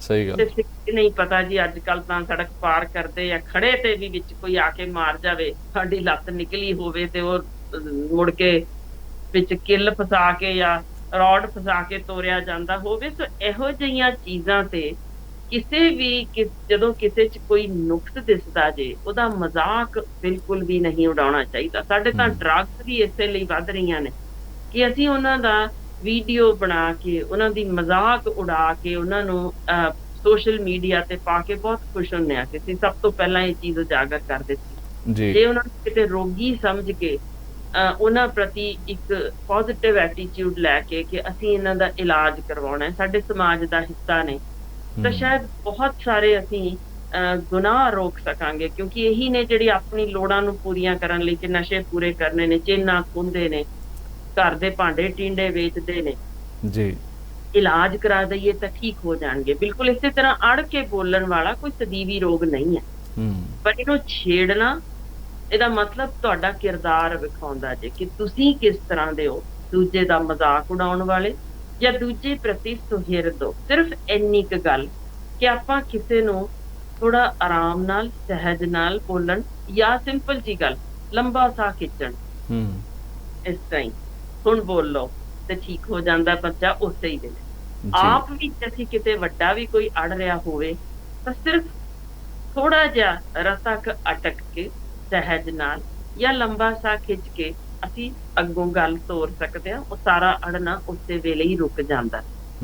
ਇਸੇ ਹੀ ਤਰ੍ਹਾਂ ਬੱਚੇ ਨੂੰ ਉਹਨੂੰ ਕਰਨ ਲਈ, ਦੇਖੇ ਤੇਰੇ ਫੇਫੜੇ 'ਚ ਕਿੰਨਾ ਜ਼ੋਰ ਹੈ, ਲੰਮਾ ਸਾਹ ਖਿੱਚ। ਇਹ ਨਹੀਂ ਕਹਿਣਾ ਕਿ ਤੂੰ ਅੜ ਕੇ ਬੋਲ ਰਿਹਾ ਤਾਂ ਖਿੱਚ, ਇਹ ਨਹੀਂ ਕਹਿਣਾ। ਯਾਨੀ ਕਹਿਣ ਦਾ ਢੰਗ ਇਹ ਹੈ, ਕਿੰਨੀ ਸੋਹਣੀ ਖੁਸ਼ਬੂ, ਲੰਬਾ ਸਾਹ ਖਿੱਚ ਜ਼ਰਾ। ਉਹਨੇ ਕਹਿਣਾ ਹਾਂ ਹੁਣ ਦੱਸ ਕੀ ਕਹਿ ਰਿਹਾ, ਤੇ ਉਹਨੂੰ ਪਤਾ ਨਹੀਂ ਲੱਗਿਆ, ਤੁਸੀਂ ਇਲਾਜ ਵੀ ਕਰ ਦਿੱਤਾ। ਤੇ ਇਹ ਹੁੰਦਾ ਜੇ ਢੰਗ ਜਿਹੜਾ ਬੱਚੇ ਨੂੰ ਸਹਿਜ ਨਾਲ ਤੁਸੀਂ ਨਾਰਮਲ ਥਾਂ ਤੇ ਲੈ ਆਏ। ਸੱਚ ਜਾਣਿਓ ਜਗਦੀਪ ਜੀ, ਇੱਕ ਚੀਜ਼ ਦੱਸਦੇ ਆ ਕਿ ਇਹੋ ਜਿਹੇ ਬੱਚੇ ਜਿਨ੍ਹਾਂ ਨੂੰ ਤੁਸੀਂ ਟੋਕਿਆ ਨਹੀਂ, ਤਾੜਿਆ ਨਹੀਂ, ਪਿਆਰ ਤੇ ਮੁਹੱਬਤ ਨਾਲ ਪਾਲਿਆ, ਇਹ ਕਦੇ ਵੀ ਜਦੋਂ ਬੁਢੇਪੇ ਵਿੱਚ ਅਸੀਂ ਪੈਰ ਪਾਵਾਂਗੇ, ਇਹ ਕਦੇ ਨਹੀਂ ਹੋਣਗੇ ਜਿਹੜੇ ਤੁਹਾਨੂੰ ਘਰੋਂ ਬਾਹਰ ਧੱਕਣਗੇ ਜਾਂ ਜੀ ਕਦੇ ਵੀ ਸੋਚਣਗੇ ਬਜ਼ੁਰਗ ਘਰਾਂ ਵਿੱਚ ਧੱਕਣੇ ਨੇ। ਉਹ ਜਿਹੜੀ ਪੱਕੀ ਪੀੜੀ ਗੰਢ ਅਸੀਂ ਜੋੜ ਲੈਂਦੇ ਆ ਨਾ ਮਾਨਸਿਕ ਪੱਖੋਂ ਅਜਿਹੇ ਬੱਚਿਆਂ ਨਾਲ, ਉਹ ਤਾਂ ਤੁਹਾਡੀ ਯਾਦ ਤੁਰ ਜਾਣ ਬਾਅਦ ਵੀ ਮਨਾਂ ਵਿੱਚੋਂ ਮਿਟਾ ਨਹੀਂ ਸਕਦੇ। ਜੀ ਬਹੁਤ ਕਮਾਲ ਦੀ ਇਹ ਰਿਸ਼ਤੇ ਨੇ ਜਿਹੜੇ ਕੁਦਰਤ ਨੇ ਸਾਨੂੰ ਦਿੱਤੇ ਨੇ। ਸਾਨੂੰ ਸਮਝਣ ਵਿੱਚ ਕਿਤੇ ਨਾ ਕਿਤੇ ਜ਼ਰੂਰ ਮੇਰਾ ਖਿਆਲ ਹੈ ਸਾਨੂੰ ਹੀ ਪ੍ਰੋਬਲਮ ਹੈ, ਨਹੀਂ ਤਾਂ ਇਹ ਰਿਸ਼ਤੇ ਜਿਨ੍ਹਾਂ ਦੇ ਵਿੱਚ ਨਿੱਕੀਆਂ ਨਿੱਕੀਆਂ ਗੰਢਾਂ ਕਿ ਅਸੀਂ ਜੀ ਤਲਾਕ ਲੈਣੇ ਨੇ, ਅਸੀਂ ਅਗਲਾ ਕੋਈ ਠੀਕ ਹੋਰ ਲੱਭ ਲਵਾਂਗੇ, ਇਹੋ ਜਿਹੀਆਂ ਚੀਜ਼ਾਂ ਹਮੇਸ਼ਾ ਇਹ ਸੋਚਣਾ ਕਿ ਸਾਨੂੰ ਸੰਪੂਰਨ ਮਨੁੱਖੀ ਚਾਹੀਦਾ ਜਿਸ 'ਚ ਕਦੇ ਹੀ ਕੋਈ ਗਲਤੀਆਂ ਨਾ ਹੋਣ, ਨਹੀਂ ਜੇ ਮਿਲਦਾ, ਇਸ ਦੁਨੀਆ 'ਚ ਨਹੀਂ ਮਿਲਦਾ। ਮੇਰੇ ਅੰਦਰ ਹੀ ਪਰੇ 1 ਲੱਖ ਖਾਮੀਆਂ ਹੋਣਗੀਆਂ ਤੇ ਮੈਂ ਕਹਾਂ ਜੀ ਮੈਂ ਦੂਜਾ ਉਹ ਮਿਲੇ ਜਿਹਦੇ 'ਚ ਖਾਮੀਆਂ ਨਾ ਹੋਣ, ਇਹ ਸੰਭਵ ਨਹੀਂ ਹੈ। ਸੋ ਅਸੀਂ ਸਿਰਫ ਇੰਨੀ ਕੁ ਗੱਲ ਜੇ ਸਮਝ ਲਈਏ, ਇੱਕ ਨੁਕਤਾ, ਕਿ ਦੂਜੇ ਨੂੰ ਆਪਣੇ ਅਨੁਸਾਰ ਨਹੀਂ ਢਾਲਣਾ।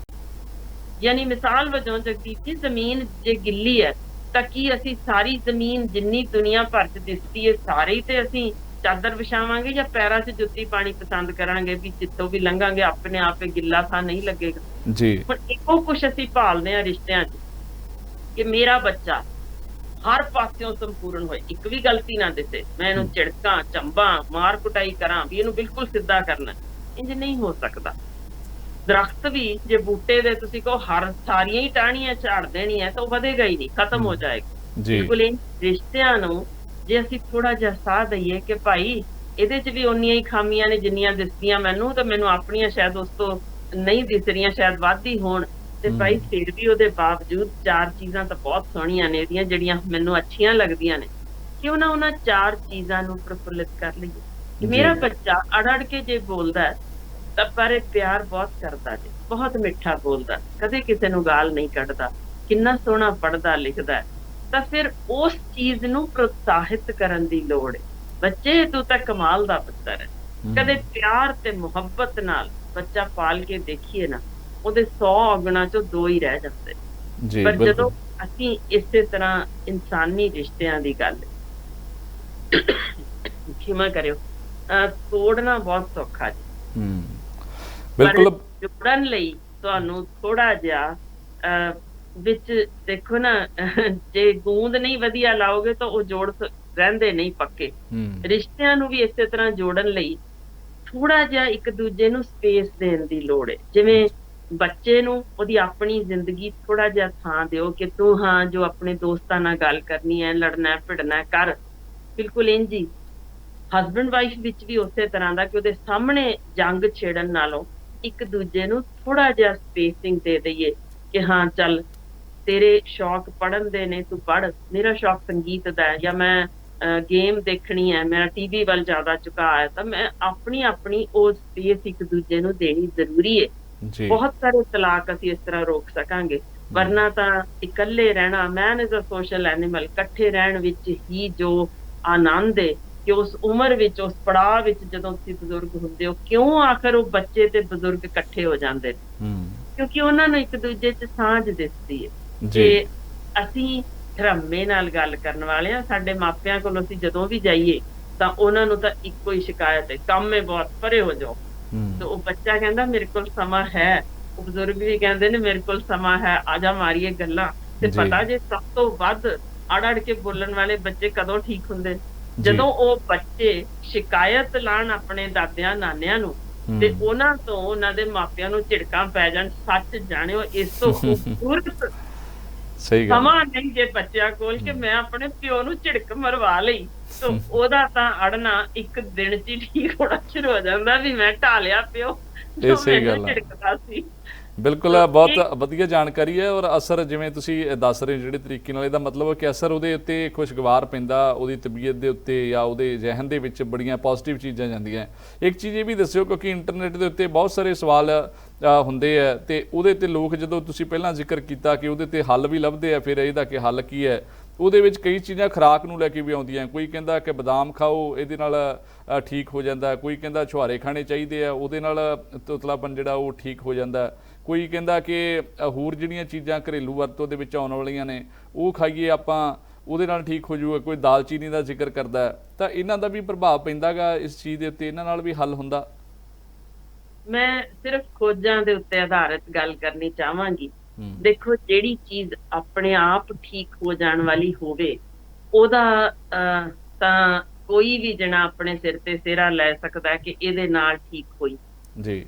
ਦੇਖੋ ਨਾ, ਜਿਸ ਬੱਚੇ ਦੇ ਹੈ ਕਿ ਅੜ ਕੇ ਬੋਲ ਰਿਹਾ, ਪਤਾ ਹੀ ਹੈ ਇਹਨੇ 12 ਜਾਂ 24 ਘੰਟਿਆਂ ਚ ਇਹਨੇ ਆ ਜੜਿਆ ਤੇ ਠੀਕ ਹੋ ਜਾਣਾ, ਜਾਂ ਇਹਨੇ 2 ਜਾਂ 3 ਮਹੀਨਿਆਂ ਚ ਠੀਕ ਹੋਣਾ, ਤਾਂ ਉਸ 3 ਮਹੀਨਿਆਂ ਵਿੱਚ ਬਦਾਮ ਖਵਾਇਆ ਗਿਆ ਕਿ ਦਾਲਚੀਨੀ ਖਵਾਈ ਗਈ ਕਿ ਛੁਹਾਰੇ ਖਵਾਏ ਗਏ, ਠੀਕ ਤਾਂ ਉਹਨੇ ਆਪੇ ਹੀ ਹੋਣਾ ਸੀ। ਅਸੀਂ ਉਹਨੂੰ ਨਾਮ ਦੇ ਦਿੰਦੇ ਹਾਂ ਕਿ ਇਸ ਨੇ ਕਰ ਦਿੱਤਾ। ਸੋ ਇਹ ਬੱਲੇ ਬੱਲੇ ਉਹਦੀ। ਇਸੇ ਹੀ ਤਰ੍ਹਾਂ ਕੁਝ ਡਾਕਟਰ ਵੀ ਜਿਨ੍ਹਾਂ ਦੇ ਕੋਲ ਉਹ ਆਖਰੀ ਸਮੇਂ 15 ਦਿਨਾਂ ਚ ਪਹੁੰਚਿਆ ਹੋਵੇ, ਜਿਹਨੇ ਇੱਕ ਬੀ ਕੰਪਲੈਕਸ ਦੀ ਹੋਈ ਦਵਾਈ ਦੇ ਦਿੱਤੀ ਹੈ, ਤਾਂ ਉਹਦੀ ਸੋਭਾ ਬਹੁਤ ਦੂਰ ਤੱਕ ਜਾਏਗੀ। ਲਓ ਜੀ, ਲੜ ਕੇ ਠੀਕ ਕਰਨ ਵਾਲਾ ਇਹੀ ਡਾਕਟਰ ਸਭ ਤੋਂ ਵਧੀਆ। ਦਵਾਈ ਦਿੱਤੀ ਤੇ ਹਫ਼ਤੇ ਚ ਗਾਇਬ ਹੋ ਗਿਆ, ਪਿਛਲਾ ਰਿਜ਼ਲਟ ਨਹੀਂ ਦੇਖਿਆ ਜੀ। ਅਸਲ ਠੀਕ ਤਾਂ ਉਸਨੇ ਆਪੇ ਹੀ ਹੋਣਾ। ਸਾਡੀ ਪਿਆਰ ਤੇ ਮੁਹੱਬਤ ਨੇ ਉਹਨੂੰ ਧਰਮੇ ਨਾਲ ਬੋਲਣ ਲਈ, ਉਹਨੂੰ ਗਾਉਣ ਲਈ ਪ੍ਰੇਰਿਤ ਕੀਤਾ ਜਾਏ, ਤਾਂ ਉਹਦੇ ਜਵਾਬ ਵਿੱਚ ਕਦੇ ਵੀ ਤੇਜ਼ੀ ਨਾਲ ਜਵਾਬ ਨਾ ਦਿੱਤਾ ਜਾਏ। ਉਹਨੂੰ ਆਪੇ ਹੀ ਸਮਝ ਆ ਜਾਂਦੀ ਹੈ ਕਿ ਜਿਵੇਂ ਬੱਚਾ ਬਹੁਤ ਖੁਸ਼ੀ ਨਾਲ ਹੋਇਆ ਤਾਂ ਤੁਸੀਂ ਆਰਾਮ ਨਾਲ, ਮੈਂ ਬੋਲ ਕੇ ਜਿਵੇਂ ਦੱਸਦੀ ਹਾਂ ਇਸ ਤਰ੍ਹਾਂ ਬੋਲ ਸਕਦੇ ਹੋ, ਹਾਂਜੀ ਪੁੱਤਰ ਜੀ ਕੀ ਕਰਕੇ ਆਏ ਸੀ ਅੱਜ। ਯਾਨੀ ਉਹਨੂੰ ਵੀ ਥੋੜਾ ਸੁਨੇਹਾ ਮਿਲ ਜਾਂਦਾ ਹੈ ਕਿ ਹਾਂ, ਮੈਂ ਥੋੜਾ ਜਿਹਾ ਧਰਮੇ ਨਾਲ ਬੋਲ ਸਕਦਾ। ਉਹ ਸਹਿਜ ਹੋ ਕੇ ਆਪਣੇ ਆਪ ਤੁਹਾਨੂੰ ਪਿਆਰ ਨਾਲ ਉਸੇ ਤਰ੍ਹਾਂ ਜਵਾਬ ਦੇਗਾ। ਇੰਨੇ ਵਿੱਚ ਹੀ ਬਹੁਤ ਕੁਝ ਠੀਕ ਹੋਣਾ ਸ਼ੁਰੂ ਹੋ ਜਾਂਦਾ। ਪਰ ਜਿੱਥੋਂ ਤੱਕ ਕੁਝ ਮੈਂ ਜਿਵੇਂ ਖੁਰਾਕ ਦੀ ਤੁਸੀਂ ਵਾਰ-ਵਾਰ ਗੱਲ ਕੀਤੀ, ਉਸ ਤੋਂ ਪਹਿਲਾਂ ਇੱਕ ਇੰਪੋਰਟੈਂਟ ਗੱਲ ਦੱਸਦੇ ਹਾਂ। ਸੈਲਫ ਹੈਲਪ ਗਰੁੱਪ ਜੋ ਇਸ ਵੇਲੇ ਦੁਨੀਆ ਭਰ ਵਿੱਚ ਸ਼ੁਰੂ ਹੋਏ ਨੇ, ਭਾਵੇਂ ਉਹ ਡਰੱਗ ਵਾਸਤੇ ਹੋਣ, ਭਾਵੇਂ ਸ਼ਰਾਬ ਵਾਸਤੇ ਹੋਣ, ਜਾਂ ਕੋਈ ਵੀ ਅਜਿਹੇ ਜਿਹੜੇ ਤੁਹਾਨੂੰ ਆਦਤ ਪਾਉਣ ਵਾਲੇ ਨੇ, ਉਸੇ ਤਰ੍ਹਾਂ ਇਹ ਬੱਚਿਆਂ ਦੇ ਸੈਲਫ ਹੈਲਪ ਗਰੁੱਪ ਨੇ ਦੁਨੀਆ ਭਰ ਚ ਬਣੇ ਹੋਏ, ਜਿੱਥੇ ਅੜ ਕੇ ਬੋਲਦੇ ਬੱਚੇ ਆਪੋ ਚ ਬੈਠਦੇ ਨੇ। ਉਹਨਾਂ ਦੀ 1 ਘੰਟੇ ਦੀ ਸਿਟਿੰਗ ਕੀਤੀ ਜਾਂਦੀ ਜੇ ਰੋਜ਼, ਤੇ ਉਹਦੇ ਵਿੱਚ ਦੇਖਿਆ ਗਿਆ ਕਿ 95% ਬੱਚੇ ਇਹ ਠੀਕ ਹੋ ਜਾਂਦੇ ਨੇ, ਆਪੋ ਵਿੱਚ ਗੱਲ ਕਰਦਿਆਂ ਸਹਿਜ ਹੁੰਦੇ ਨੇ। ਸੋ ਉਹ ਇਹ ਠੀਕ ਉਹਨਾਂ ਚ ਹੁੰਦਾ ਵੇਖਿਆ ਗਿਆ, ਬਿਨਾਂ ਦਵਾਈ ਦੇ, ਬਿਨਾਂ ਕਿਸੇ ਚੀਜ਼। ਸੋ ਇਹਦਾ ਮਤਲਬ ਸਮਝੋ ਕਿ ਕਿੰਨਾ ਅਹਿਮ ਜੇ। ਮੈਂ ਜਿਵੇਂ ਪਹਿਲਾਂ ਕਿਹਾ ਵੀ ਅਸੀਂ ਸੋਸ਼ਲ ਐਨੀਮਲ ਆ, ਸਾਨੂੰ ਸਾਥ ਦੀ ਲੋੜ ਹੈ। ਅਸੀਂ ਸਾਥ ਛੱਡ ਕੇ ਭਰਾਵਾ ਇੰਟਰਨੈਟ ਦੇ ਵਿੱਚ ਜਾਂ ਮੋਬਾਈਲਾਂ ਵਿੱਚ ਇਹੋ ਜਿਹੇ ਕਰਕੇ ਪਏ ਆ ਕਿ ਸਾਨੂੰ ਭੁੱਲ ਹੀ ਗਿਆ ਕਿ ਇੱਕ ਦੂਜੇ ਨੂੰ ਪਿਆਰ ਤੇ ਮੁਹੱਬਤ ਨਾਲ ਬੁਲਾਉਣ ਵੇਲੇ, ਜਾਂ ਇੱਕ ਖੂਬਸੂਰਤ ਚਾਹ ਦੀਆਂ ਚੁਸਕੀਆਂ ਭਰਨ ਵੇਲੇ ਤੁਸੀਂ ਕਿਸੇ ਡੇਟਿੰਗ ਤੇ ਨਿਕਲੇ ਹੋ ਤੇ ਫੋਨ 2 ਜਣੇ ਦੇਖੀਦੇ ਨੇ ਕਿ ਇੱਕ ਆਪਣੇ ਉੱਧਰ ਨੂੰ ਮੂੰਹ ਕਰਕੇ, ਇੱਕ ਆਪਣੇ ਉੱਧਰ ਨੂੰ ਮੂੰਹ ਕਰਕੇ ਮੈਸੇਜਿੰਗ ਕਰ ਰਹੇ ਨੇ। ਭਲਾ ਤੁਸੀਂ ਉਹ ਹਿਊਮਨ ਸਾਈਕੀ ਜਿਹਦੇ ਨਾਲ ਤੁਸੀਂ ਸਾਂਝ ਗੰਢਣੀ ਜੇ, ਜਾਂ ਤੁਹਾਡੀਆਂ ਮੁਹੱਬਤ ਦੀਆਂ ਤਰੰਗਾਂ ਜੋ ਦਿਮਾਗ ਨੇ ਫੜਨੀਆਂ ਨੇ ਕੰਨਾਂ ਰਾਹੀਂ ਤੇ ਫਿਰ ਅੱਖਾਂ ਰਾਹੀਂ, ਉਹ ਛੋਹ ਰਾਹੀਂ ਜੋ ਤੁਹਾਡਾ ਰਿਸ਼ਤਾ ਨਿੱਘਾ ਕਰਦੀਆਂ ਨੇ, ਇਹ ਤਾਂ ਅਸੀਂ ਗਾਇਬ ਕਰ ਦਿੰਦੀ ਆ। ਅਸੀਂ ਤਾਂ ਮੌਤ ਨੂੰ ਵੀ ਇੱਕ ਮਜ਼ਾਕ ਬਣਾ ਕੇ ਰੱਖ ਦਿੱਤਾ ਕਿ ਉੱਥੇ ਬਸ ਰਿਪ ਲਿਖ ਕੇ RIP ਟਾਈਪ ਕੀਤਾ ਤੇ ਆਪਣਾ ਵਿਹਲੇ ਹੋ ਜਾਂਦੇ ਆ। ਕਿਸੇ ਦੇ ਮੋਢੇ ਤੇ ਹੱਥ ਰੱਖਿਆ ਜਾਂ ਨਹੀਂ, ਜਾਂ ਕਿਸੇ ਦੀਆਂ ਰੋਂਦੀਆਂ ਅੱਖਾਂ ਚੋਂ ਪੂੰਝਣ ਦੀ ਕੋਸ਼ਿਸ਼ ਕੀਤੀ ਜਾਂ ਨਹੀਂ। ਬਿਲਕੁਲ ਇੰਝ ਹੀ ਅਸੀਂ ਬੱਚਿਆਂ ਦਾ ਬਚਪਨ ਖੋਹ ਲਿਆ। ਉਹਨਾਂ ਨੇ ਖਰੇ ਕਿੰਨੇ ਹੀ ਲਾਇਕ ਨਿਕਲਣਾ ਸੀ। ਤੁਹਾਡੇ ਵੱਲੋਂ ਮਿਲੀਆਂ ਤਰੰਗਾਂ, ਪਿਆਰ ਮੁਹੱਬਤ ਦੀ ਇੱਕ ਜੱਫੀ ਨੇ ਖਰੇ ਕੀ ਚਮਤਕਾਰ ਕਰ ਦੇਣਾ ਸੀ, ਜੋ ਅਸੀਂ ਉਹਨਾਂ ਨੂੰ ਤਿਰਸਕਾਰ ਕਰਕੇ ਆਪਣੇ ਮੋਬਾਈਲ 'ਚ ਬਿਜ਼ੀ ਹਾਂ, ਅਸੀਂ ਆਪਣੇ ਕੰਪਿਊਟਰ 'ਚ ਬਿਜ਼ੀ ਹਾਂ। ਸਾਡਾ ਲੈਪਟਾਪ ਅੱਜ ਰਿਪੇਅਰ ਤੇ ਜਾਣਾ ਹੈ, ਸਾਡਾ ਅਸੀਂ ਤਾਂ ਯਾਨੀ ਇੱਕ ਘੁੰਮਣ ਘੇਰੀ 'ਚ ਫਸ ਗਏ। ਉਹ ਮੇਰੇ WhatsApp ਮੈਸੇਜਿਸ ਏਡੇ ਹੋ ਗਏ, ਮੈਂ ਜਵਾਬ ਨਹੀਂ ਦਿੱਤਾ, ਪਰ ਇਹ ਦੁਨੀਆ ਦਾ ਕਿਹੜਾ ਵਕਤ ਲੰਘ ਜਾਣਾ। ਇਹਨਾਂ ਦੇ ਅਜੀਬ ਜਿਹੇ ਅਸੀਂ ਰਿਸ਼ਤਿਆਂ 'ਚ ਗੁੰਝਲਾਂ 'ਚ ਫਸਾ ਦਿੱਤਾ ਜਿਨ੍ਹਾਂ ਦੀ ਲੋੜ ਨਹੀਂ ਸੀ। ਖੁਰਾਕ ਦੀ ਗੱਲ ਕਰਦੇ ਹਾਂ ਖਾਸ ਤੌਰ ਤੇ, ਇਹਦੇ 'ਚ ਨਵੀਂ ਖੋਜ ਜ਼ਰੂਰ ਇੰਟਰਸਟਿੰਗ ਜੇ ਮੈਂ ਦੱਸਣਾ ਚਾਹੁੰਦੀ ਹਾਂ ਹੋਈ ਫਿਰ ਉਹੀ ਅਮਰੀਕਾ 'ਚ ਹੀ ਹੈ, ਜਿੱਥੇ ਉਹਨਾਂ ਨੇ ਕਈ ਤਰ੍ਹਾਂ ਦੇ ਸਕੈਨ ਕਰਕੇ ਬਹੁਤ ਕੁਝ ਕਰਕੇ ਜੋ ਸਾਹਮਣੇ ਲਿਆਇਆ। ਉਹਦੇ ਵਿੱਚ ਇੱਕ ਬੜੀ ਮਜ਼ੇਦਾਰ ਚੀਜ਼ ਰੱਖੀ ਹੈ ਕਿ ਦਿਮਾਗ ਦੇ ਸੈੱਲ ਵੀ ਟ੍ਰੈਫਿਕ ਨੂੰ ਕਾਬੂ ਕਰਨ ਵਾਂਗ ਹੁੰਦੇ ਜੇ।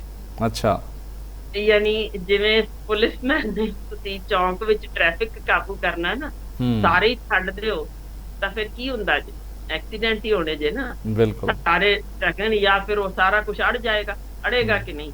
अरे ਐਗਜ਼ੈਕਟਲੀ ਬਸ ਤੁਸੀਂ ਇਨ ਬਿਨ ਇਹੀ ਸੋਚ ਲਓ ਕਿ ਦਿਮਾਗ ਵੱਲ ਜੇ ਤੁਸੀਂ ਬੇਲੋੜੇ ਹਰ ਪਾਸਿਓਂ ਮੈਸੇजेस ਸੁਣ ਦਓਗੇ, ਉਹ ਟ੍ਰੈਫਿਕ ਜੈਮ ਹੋ ਜਾਣਾ ਜੇ ਤੇ ਬੱਚੇ ਨੇ ਅੜਨ ਲੱਗ ਜਾਣਾ। ਹੂੰ ਬੱਚਾ ਕੀ ਵੱਡਾ ਵੀ ਇਸੇ ਤਰ੍ਹਾਂ, ਜੇ 6 ਚੀਜ਼ਾਂ ਦਿਮਾਗ 'ਚ ਵਾੜਾਂਗੇ ਤਾਂ ਉਸੇ ਤਰ੍ਹਾਂ ਹੀ ਅਸੀਂ ਵੀ ਅੜਨ ਲੱਗ ਜਾਵਾਂਗੇ। ਸੋ ਇੱਕੋ ਟ੍ਰੈਫਿਕ ਲਾਈਟ ਦੀ ਲੋੜ ਏ। ਕੋਚ ਨੇ ਦੱਸਿਆ ਕਿ ਇੱਕੋ ਵੇਲੇ ਬੱਚੇ ਨੂੰ ਇੱਕ ਹੀ ਚੀਜ਼ ਵੱਲ ਇੰਟਰਸਟ ਦਿਵਾਓਗੇ ਤੇ ਇੱਕੋ ਚੀਜ਼ ਵੱਲ ਹੀ ਉਹਨੂੰ ਕੇਂਦਰਿਤ ਕਰੋਗੇ ਕਿ ਭਾਈ ਹੁਣ ਫੋਟੋਗ੍ਰਾਫੀ ਕਰਨੀ ਹੈ ਜਾਂ ਕਰਕੇ ਆ, ਹੁਣ ਆਪਣੀ ਪੈਟ ਡੌਗ ਨਾਲ ਤੂੰ ਖੇਡਣਾ ਜਾਂ ਪਾਲਤੂ ਜਾਨਵਰ ਨਾਲ ਖੇਡ ਕੇ ਆ, ਜਾਂ ਯਾਨੀ ਇੱਕੋ ਗੱਲ ਜਦੋਂ ਦੁਹਰਾਉਣ ਲੱਗ ਗਿਆ ਬੱਚਾ ਕਿ ਮੈਂ ਤਾਂ ਉਹਨੂੰ ਤੁਸੀਂ ਆਪ ਲਾਈਨ ਪੂਰੀ ਬਿਲਕੁਲ ਨਹੀਂ ਕਰਨੀ, ਬਲਕਿ ਕੋਈ ਹੋਰ ਗੱਲ ਛੇੜ ਦੇਣੀ ਹੈ ਜਿਸ ਨਾਲ ਉਹ ਅੜਿਆ ਹੋਇਆ ਜੋ ਟ੍ਰੈਫਿਕ ਜੈਮ ਲੱਗਿਆ ਉਹ ਦੂਜੇ ਪਾਸੇ ਨੂੰ ਤੁਰਨਾ ਸ਼ੁਰੂ ਹੋ ਜਾਏਗਾ।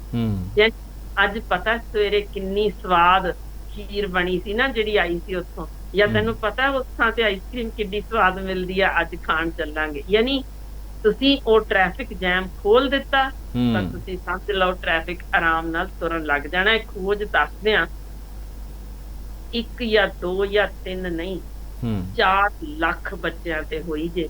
ਤਾਂ ਸਾਨੂੰ ਮੇਰਾ ਖਿਆਲ ਹੈ ਸਮਝ ਆ ਜਾਂਦੀ ਜੇ ਕਿ ਜੇ ਇੰਨੇ ਬੱਚੇ ਇਸ ਤਰੀਕੇ ਠੀਕ ਹੋ ਸਕੇ ਸਨ ਤਾਂ ਭਾਈ ਸਾਨੂੰ ਬੇਲੋੜਾ ਪੜ੍ਹਾਈ ਦਾ ਬੋਝ ਜਾਂ ਮਾਰ ਕੇ ਕੁੱਟ ਕੇ ਉਹਦੀ ਚਮੜੀ ਉਧੇੜਨ ਦੀ ਲੋੜ ਨਹੀਂ ਹੈ, ਨਾ ਉਹਦਾ ਮਜ਼ਾਕ ਉਡਾਉਣ ਦੀ ਲੋੜ ਹੈ। ਪਿਆਰ ਤੇ ਮੁਹੱਬਤ ਜੇ ਏਡੇ ਸਖਤ ਗੈਂਗਸਟਰ ਬਦਲ ਸਕਦੇ ਨੇ, ਕਾਤਲ ਬਦਲ ਸਕਦੇ ਨੇ, ਤਾਂ ਫਿਰ ਇਹ ਨਿੱਕਾ ਜਿਹਾ ਅਨਮੋਲ ਹੈ ਕੀ ਚੀਜ਼, ਉਹ ਪਿਆਰ ਤੇ ਮੁਹੱਬਤ ਨਾਲ ਕਿਉਂ ਨਹੀਂ ਤਬਦੀਲ ਕੀਤਾ ਜਾ ਸਕਦਾ। ਜੀ ਬਿਲकुल काफ़ी महत्वपूर्ण जानकारी है और ये गल तुहाडी ठीक है कि जदों कोई अड़दा तो उन्होंने नवें राह पा दईए तो फिर वो उस चीज़ वाल कॉन्टीन्यूटी विच हो जाऊगा, क्योंकि एक शब्द जिथे वो अड़ रहा बार बार जे उत्थे ही आपां उहनूं लावांगे तो दोबारा फिर अड़ेगा। जे लीह होर पा दिता तो फिर उस राह दे उत्ते मैनूं लगदा कि वो सुखाले तुरिया जाऊगा। होर इहदे विच कोई जानकारी होवे जिहड़ी अपनी रह गई है, जिहड़ा विशा रह गया जी? ਮੈਂ ਬਹੁਤ ਅਹਿਮ ਇੱਕ ਹੋਰ ਗੱਲ ਸ਼ੇਅਰ ਕਰਨਾ ਚਾਹੁੰਦੀ ਹਾਂ ਕੁਝ, ਕਿਉਂਕਿ ਸਾਨੂੰ ਇਸ ਚੀਜ਼ ਦਾ ਪਤਾ ਨਹੀਂ ਸੀ ਪਰ ਹੁਣ ਪਤਾ ਲੱਗਿਆ। ਪਿੰਡਾਂ ਵਿੱਚ ਕੁਝ ਜਣੇ ਬੱਚਿਆਂ ਦੇ ਮੂੰਹ 'ਚ ਨਿੱਕੇ ਨਿੱਕੇ ਗੋਲ ਬਰੀਕ ਇੱਕੋ ਜਿਹੇ ਵੱਟੇ ਪਾ ਦਿੰਦੇ ਨੇ ਕਿ ਇਹ ਮੂੰਹ ਦੇ ਵਿੱਚ ਰੱਖ ਕੇ ਤੇ ਫਿਰ ਇਹ ਬੋਲੇਗਾ ਤੇ ਇਹਦਾ ਅੜਨਾ ਰੁਕ ਜਾਏਗਾ। ਕਿਰਪਾ ਕਰਕੇ ਮੇਰੀ ਹੱਥ ਜੋੜ ਕੇ ਬੇਨਤੀ ਹੈ, ਪਲੀਜ਼ ਨਾ ਕਰਿਓ। ਇਹਦੇ ਨਾਲ ਅਸੀਂ ਦੇਖਿਆ ਇੱਕ ਬੱਚੇ ਦੀ ਸਾਹ ਦੀ ਨਾਲੀ 'ਚੋਂ ਲੰਘ ਗਿਆ ਵੱਟਾ, ਉਹਦੀ ਮੌਤ ਤੱਕ ਹੋਈ। ਬਿਲਕੁਲ ਇਹੋ ਜਿਹੀ ਚੀਜ਼ ਨਾ ਕਰੋ, ਇਹ ਬਹੁਤ ਜ਼ਿਆਦਾ ਖਤਰਨਾਕ ਜੇ। ਪਤਾ ਨਹੀਂ ਕਿਉਂ ਤੇ ਕਿਵੇਂ ਇਹ ਗੱਲ ਸ਼ੁਰੂ ਹੋਈ। ਇੱਕ ਹੋਰ ਨੁਕਤਾ ਵੀ ਦੱਸਦੀਆਂ ਜਾਂਦੇ ਕਿ ਕਈ ਵਾਰ ਸਕੂਲ ਬਦਲਣ, ਹੌਸਟਲ ਬਦਲਣ, ਤੁਸੀਂ ਜਿੱਥੇ ਰਹਿੰਦੇ ਹੋ ਸਥਾਨ ਨੂੰ ਬਦਲਣ, ਉਹ ਵੀ ਕੁਝ ਸਮੇਂ ਲਈ ਅਸਰ ਪਾ ਸਕਦੇ ਨੇ, ਜਿਨ੍ਹਾਂ ਦੇ ਨਾਲ ਥੋੜੀ ਦੇਰ ਲਈ ਉਹ ਸਫਲਾ ਸਕਦਾ, ਫਿਰ ਉਹ ਠੀਕ ਹੋ ਜਾਂਦਾ। ਸੋ ਇਹ ਚੀਜ਼ਾਂ ਜੇ ਧਿਆਨ ਵਿੱਚ ਰੱਖੀਏ। मैं माफ करो सिर्फ यही तरीके ਇਹ ਜਿਹੜੀ ਲਾਈਨ ਸੀ ਨਾ ਇੱਕ ਵਾਰ ਦੁਬਾਰਾ ਰਿਪੀਟ ਕਰ ਦਿਓ। ਮੈਨੂੰ ਲੱਗਦਾ ਨੈਟਵਰਕ ਦੀ ਦਿੱਕਤ ਕਰਕੇ ਉਹ ਜਿਹੜੀ ਗੱਲ ਪੂਰੀ ਸੁਣਾਈ ਨਹੀਂ ਦਿੱਤੀ, ਇਸ ਕਰਕੇ ਜਾਣਕਾਰੀ ਬੜੀ ਮਹੱਤਵਪੂਰਨ ਹੈ ਔਰ ਵਿੱਚ ਰਹਿ ਨਾ ਜਾਏ। ਇਹ ਲਾਸਟ ਜਿਹੜੀ ਗੱਲ ਤੁਸੀਂ ਕਹੀ ਉਹ ਦੁਬਾਰਾ ਇੱਕ ਵਾਰ ਦੱਸ ਦਿਓ ਜੀ। ਕਈ ਵਾਰ ਸਕੂਲ ਬਦਲਣ ਨਾਲ ਜਾਂ ਤੁਸੀਂ ਜਿਹੜਾ ਇਲਾਕਾ ਰਹਿੰਦੇ ਹੋ ਘਰ ਬਦਲਣ ਨਾਲ, ਜਾਂ ਕਈ ਵਾਰ ਤੁਸੀਂ ਯਾਨੀ ਮੁਲਕ ਹੀ ਬਦਲਿਆ ਜਾਂਦਾ ਕਈ ਵਾਰ ਜੀ, ਤਾਂ ਇਹਦੋਂ ਉਹਨਾਂ ਸਮਿਆਂ ਵਿੱਚ ਕਈ ਵਾਰ ਬੱਚਾ ਥੋੜੇ ਚਿਰ ਲਈ ਥਥਲਾ ਸਕਦਾ ਹੈ। ਤਾਂ ਉਹਨੂੰ ਤੁਸੀਂ ਨਾਰਮਲੀ ਗਿਣ ਕੇ ਚੱਲੋ ਕਿ ਇਹ ਵਕਤੀ ਜੇ ਠੀਕ ਹੋ ਜਾਏਗਾ। ਤਾਂ ਇਸ ਚੀਜ਼ ਨੂੰ ਵੀ ਧਿਆਨ ਰੱਖਣ ਦੀ ਲੋੜ ਹੈ ਕਿ ਇਹ ਸਦੀਵੀ ਨਹੀਂ ਹੈ, ਵਕਤੀ ਹੈ। ਉਹ ਮਾਹੌਲ ਬਦਲਿਆ, ਦੋਸਤ ਬਦਲੇ ਨੇ, ਠੀਕ ਹੋ ਜਾਏ। जी डॉक्टर हरशिंदर बहुत महत्वपूर्ण जानकारी तुसीं दित्ती और मैनूं उम्मीद है कि इस जानकारी दे नाल बहुत सारे मापे जिहड़े ने वो अपने बच्चों नूं बदलण दे विच कामयाब हो सकते हैं और जे वो कामयाब हुंदे आ तो फिर अपना प्रोग्राम जिहड़ा वो सफल जरूर होगा। धन्नवाद जुड़न दे लई, बहुत बहुत सत श्री अकाल जी। डॉक्टर हरशिंदर कौर साडे नाल जुड़े हुए सन और बड़े महत्वपूर्ण विषय दे उत्ते गलबात कीती है कि ਬੱਚੇ ਥਥਲਾਉਣ ਕਿਉਂ ਲੱਗ ਜਾਂਦੇ ਆ। ਨਾ ਸਿਰਫ ਬੱਚੇ, ਵੱਡੇ ਜਿਹੜੇ ਨੇ ਉਹ ਵੀ ਕਿਉਂ ਇਸ ਆਦਤ ਦੇ ਨਾਲ ਗ੍ਰਸਤ ਹੋ ਜਾਂਦੇ ਆ ਔਰ ਉਹਦਾ ਹੱਲ ਕੀ ਹੈ, ਉਹਦਾ ਇਲਾਜ ਕਿਵੇਂ ਕੀਤਾ ਜਾ ਸਕਦਾ ਹੈ, ਜਾਂ ਮਾਪੇ ਜਿਹੜੇ ਨੇ ਉਹ ਆਪਣੇ ਬੱਚਿਆਂ ਦੀ ਇਸ ਆਦਤ ਨੂੰ ਕਿਵੇਂ ਬਦਲ ਸਕਦੇ ਆ। ਕੋਈ ਬਹੁਤਾ ਆਪਾਂ ਕਹਿ ਸਕਦੇ ਹਾਂ ਕਿ ਔਖਾ ਨਹੀਂ ਹੈ ਉਹਨਾਂ ਦੀ ਇਸ ਆਦਤ ਨੂੰ ਬਦਲਣਾ, ਪਰ ਲੋੜ ਹੈ ਕਿ ਮਾਪੇ ਜਿਹੜੇ ਨੇ ਉਹ ਸਹੀ ਢੰਗ ਦੇ ਨਾਲ ਉਹਨਾਂ ਦੇ ਨਾਲ ਚੱਲਣ, ਸਹੀ ਢੰਗ ਦੇ ਨਾਲ ਉਹਨਾਂ ਦੇ ਨਾਲ ਪੇਸ਼ ਆਉਣ, ਔਰ ਜਿਹੜੇ ਲੋਕ ਆਸੇ-ਪਾਸੇ ਆ ਜਾਂ ਉਹਨਾਂ ਦੇ ਯਾਰ ਦੋਸਤ ਉਹਨਾਂ ਨੂੰ ਵੀ ਇਸ ਚੀਜ਼ ਦਾ ਮਜ਼ਾਕ ਨਹੀਂ ਉਡਾਉਣਾ ਚਾਹੀਦਾ। ਸਮਾਂ ਦੀ ਇਸ ਚੀਜ਼ ਨੂੰ ਬਦਲਣ ਦੇ ਲਈ ਕੋਸ਼ਿਸ਼ ਕੀਤੀ ਜਾਣੀ ਚਾਹੀਦੀ ਹੈ। ਜੋ ਇਸ ਤਰੀਕੇ ਦੇ ਹੱਲ ਨੇ ਉਹ ਕੀਤੇ ਜਾਣੇ ਚਾਹੀਦੇ ਆ, ਕਿਉਂਕਿ ਜੇ ਉਹ ਤੁਸੀਂ ਪੱਕੇ ਉਹਦੇ ਯਾਰ ਦੋਸਤ ਹੋ, ਤੁਸੀਂ ਉਹਦੇ ਚਾਹੁਣ ਵਾਲੇ ਹੋ, ਤਾਂ ਫਿਰ ਤੁਹਾਨੂੰ ਵੀ ਚਾਹੀਦਾ ਕਿ ਉਸ ਨੂੰ ਉਸ ਰਾਹ ਦੇ ਉੱਤੇ ਪਾਇਆ ਜਾਵੇ। ਜਿਸ ਤਰੀਕੇ ਦੇ ਨਾਲ ਤੁਸੀਂ ਬੋਲਦੇ ਹੋ ਉਸ ਤਰੀਕੇ ਦੇ ਨਾਲ ਬੋਲਣ ਦੀ ਆਦਤ ਜਿਹੜੀ ਆ ਉਹ ਉਹਨੂੰ ਵੀ ਪਾਈ ਜਾਵੇ, ਔਰ ਇਹਦੇ ਨਾਲ ਤੁਸੀਂ ਵੀ ਠੀਕ ਰਹੋਗੇ, ਤੁਸੀਂ ਵੀ ਸਕਾਲੇ ਰਹੋਗੇ, ਔਰ ਉਹ ਵੀ ਜਿਹੜਾ ਉਹ ਵੀ ਆਮ ਲੋਕਾਂ ਦੀ ਤਰ੍ਹਾਂ ਜ਼ਿੰਦਗੀ ਆਪਣੀ ਜੀਉ ਸਕੂਗਾ। ਉਮੀਦ ਕਰਦੇ ਹਾਂ ਕਿ ਇਹ ਜਾਣਕਾਰੀ ਤੁਹਾਨੂੰ ਪਸੰਦ ਆਈ ਹੋਏਗੀ। ਫਿਰ ਜੁੜਾਂਗੇ ਕਿਸੇ ਹੋਰ ਵਿਸ਼ੇ ਦੇ ਉੱਤੇ ਸਾਂਝੀ ਗੱਲਬਾਤ ਦੇ ਵਿੱਚ। ਫਿਲਹਾਲ ਇਹ ਨਹੀਂ, ਧੰਨਵਾਦ, ਸਤਿ ਸ੍ਰੀ ਅਕਾਲ।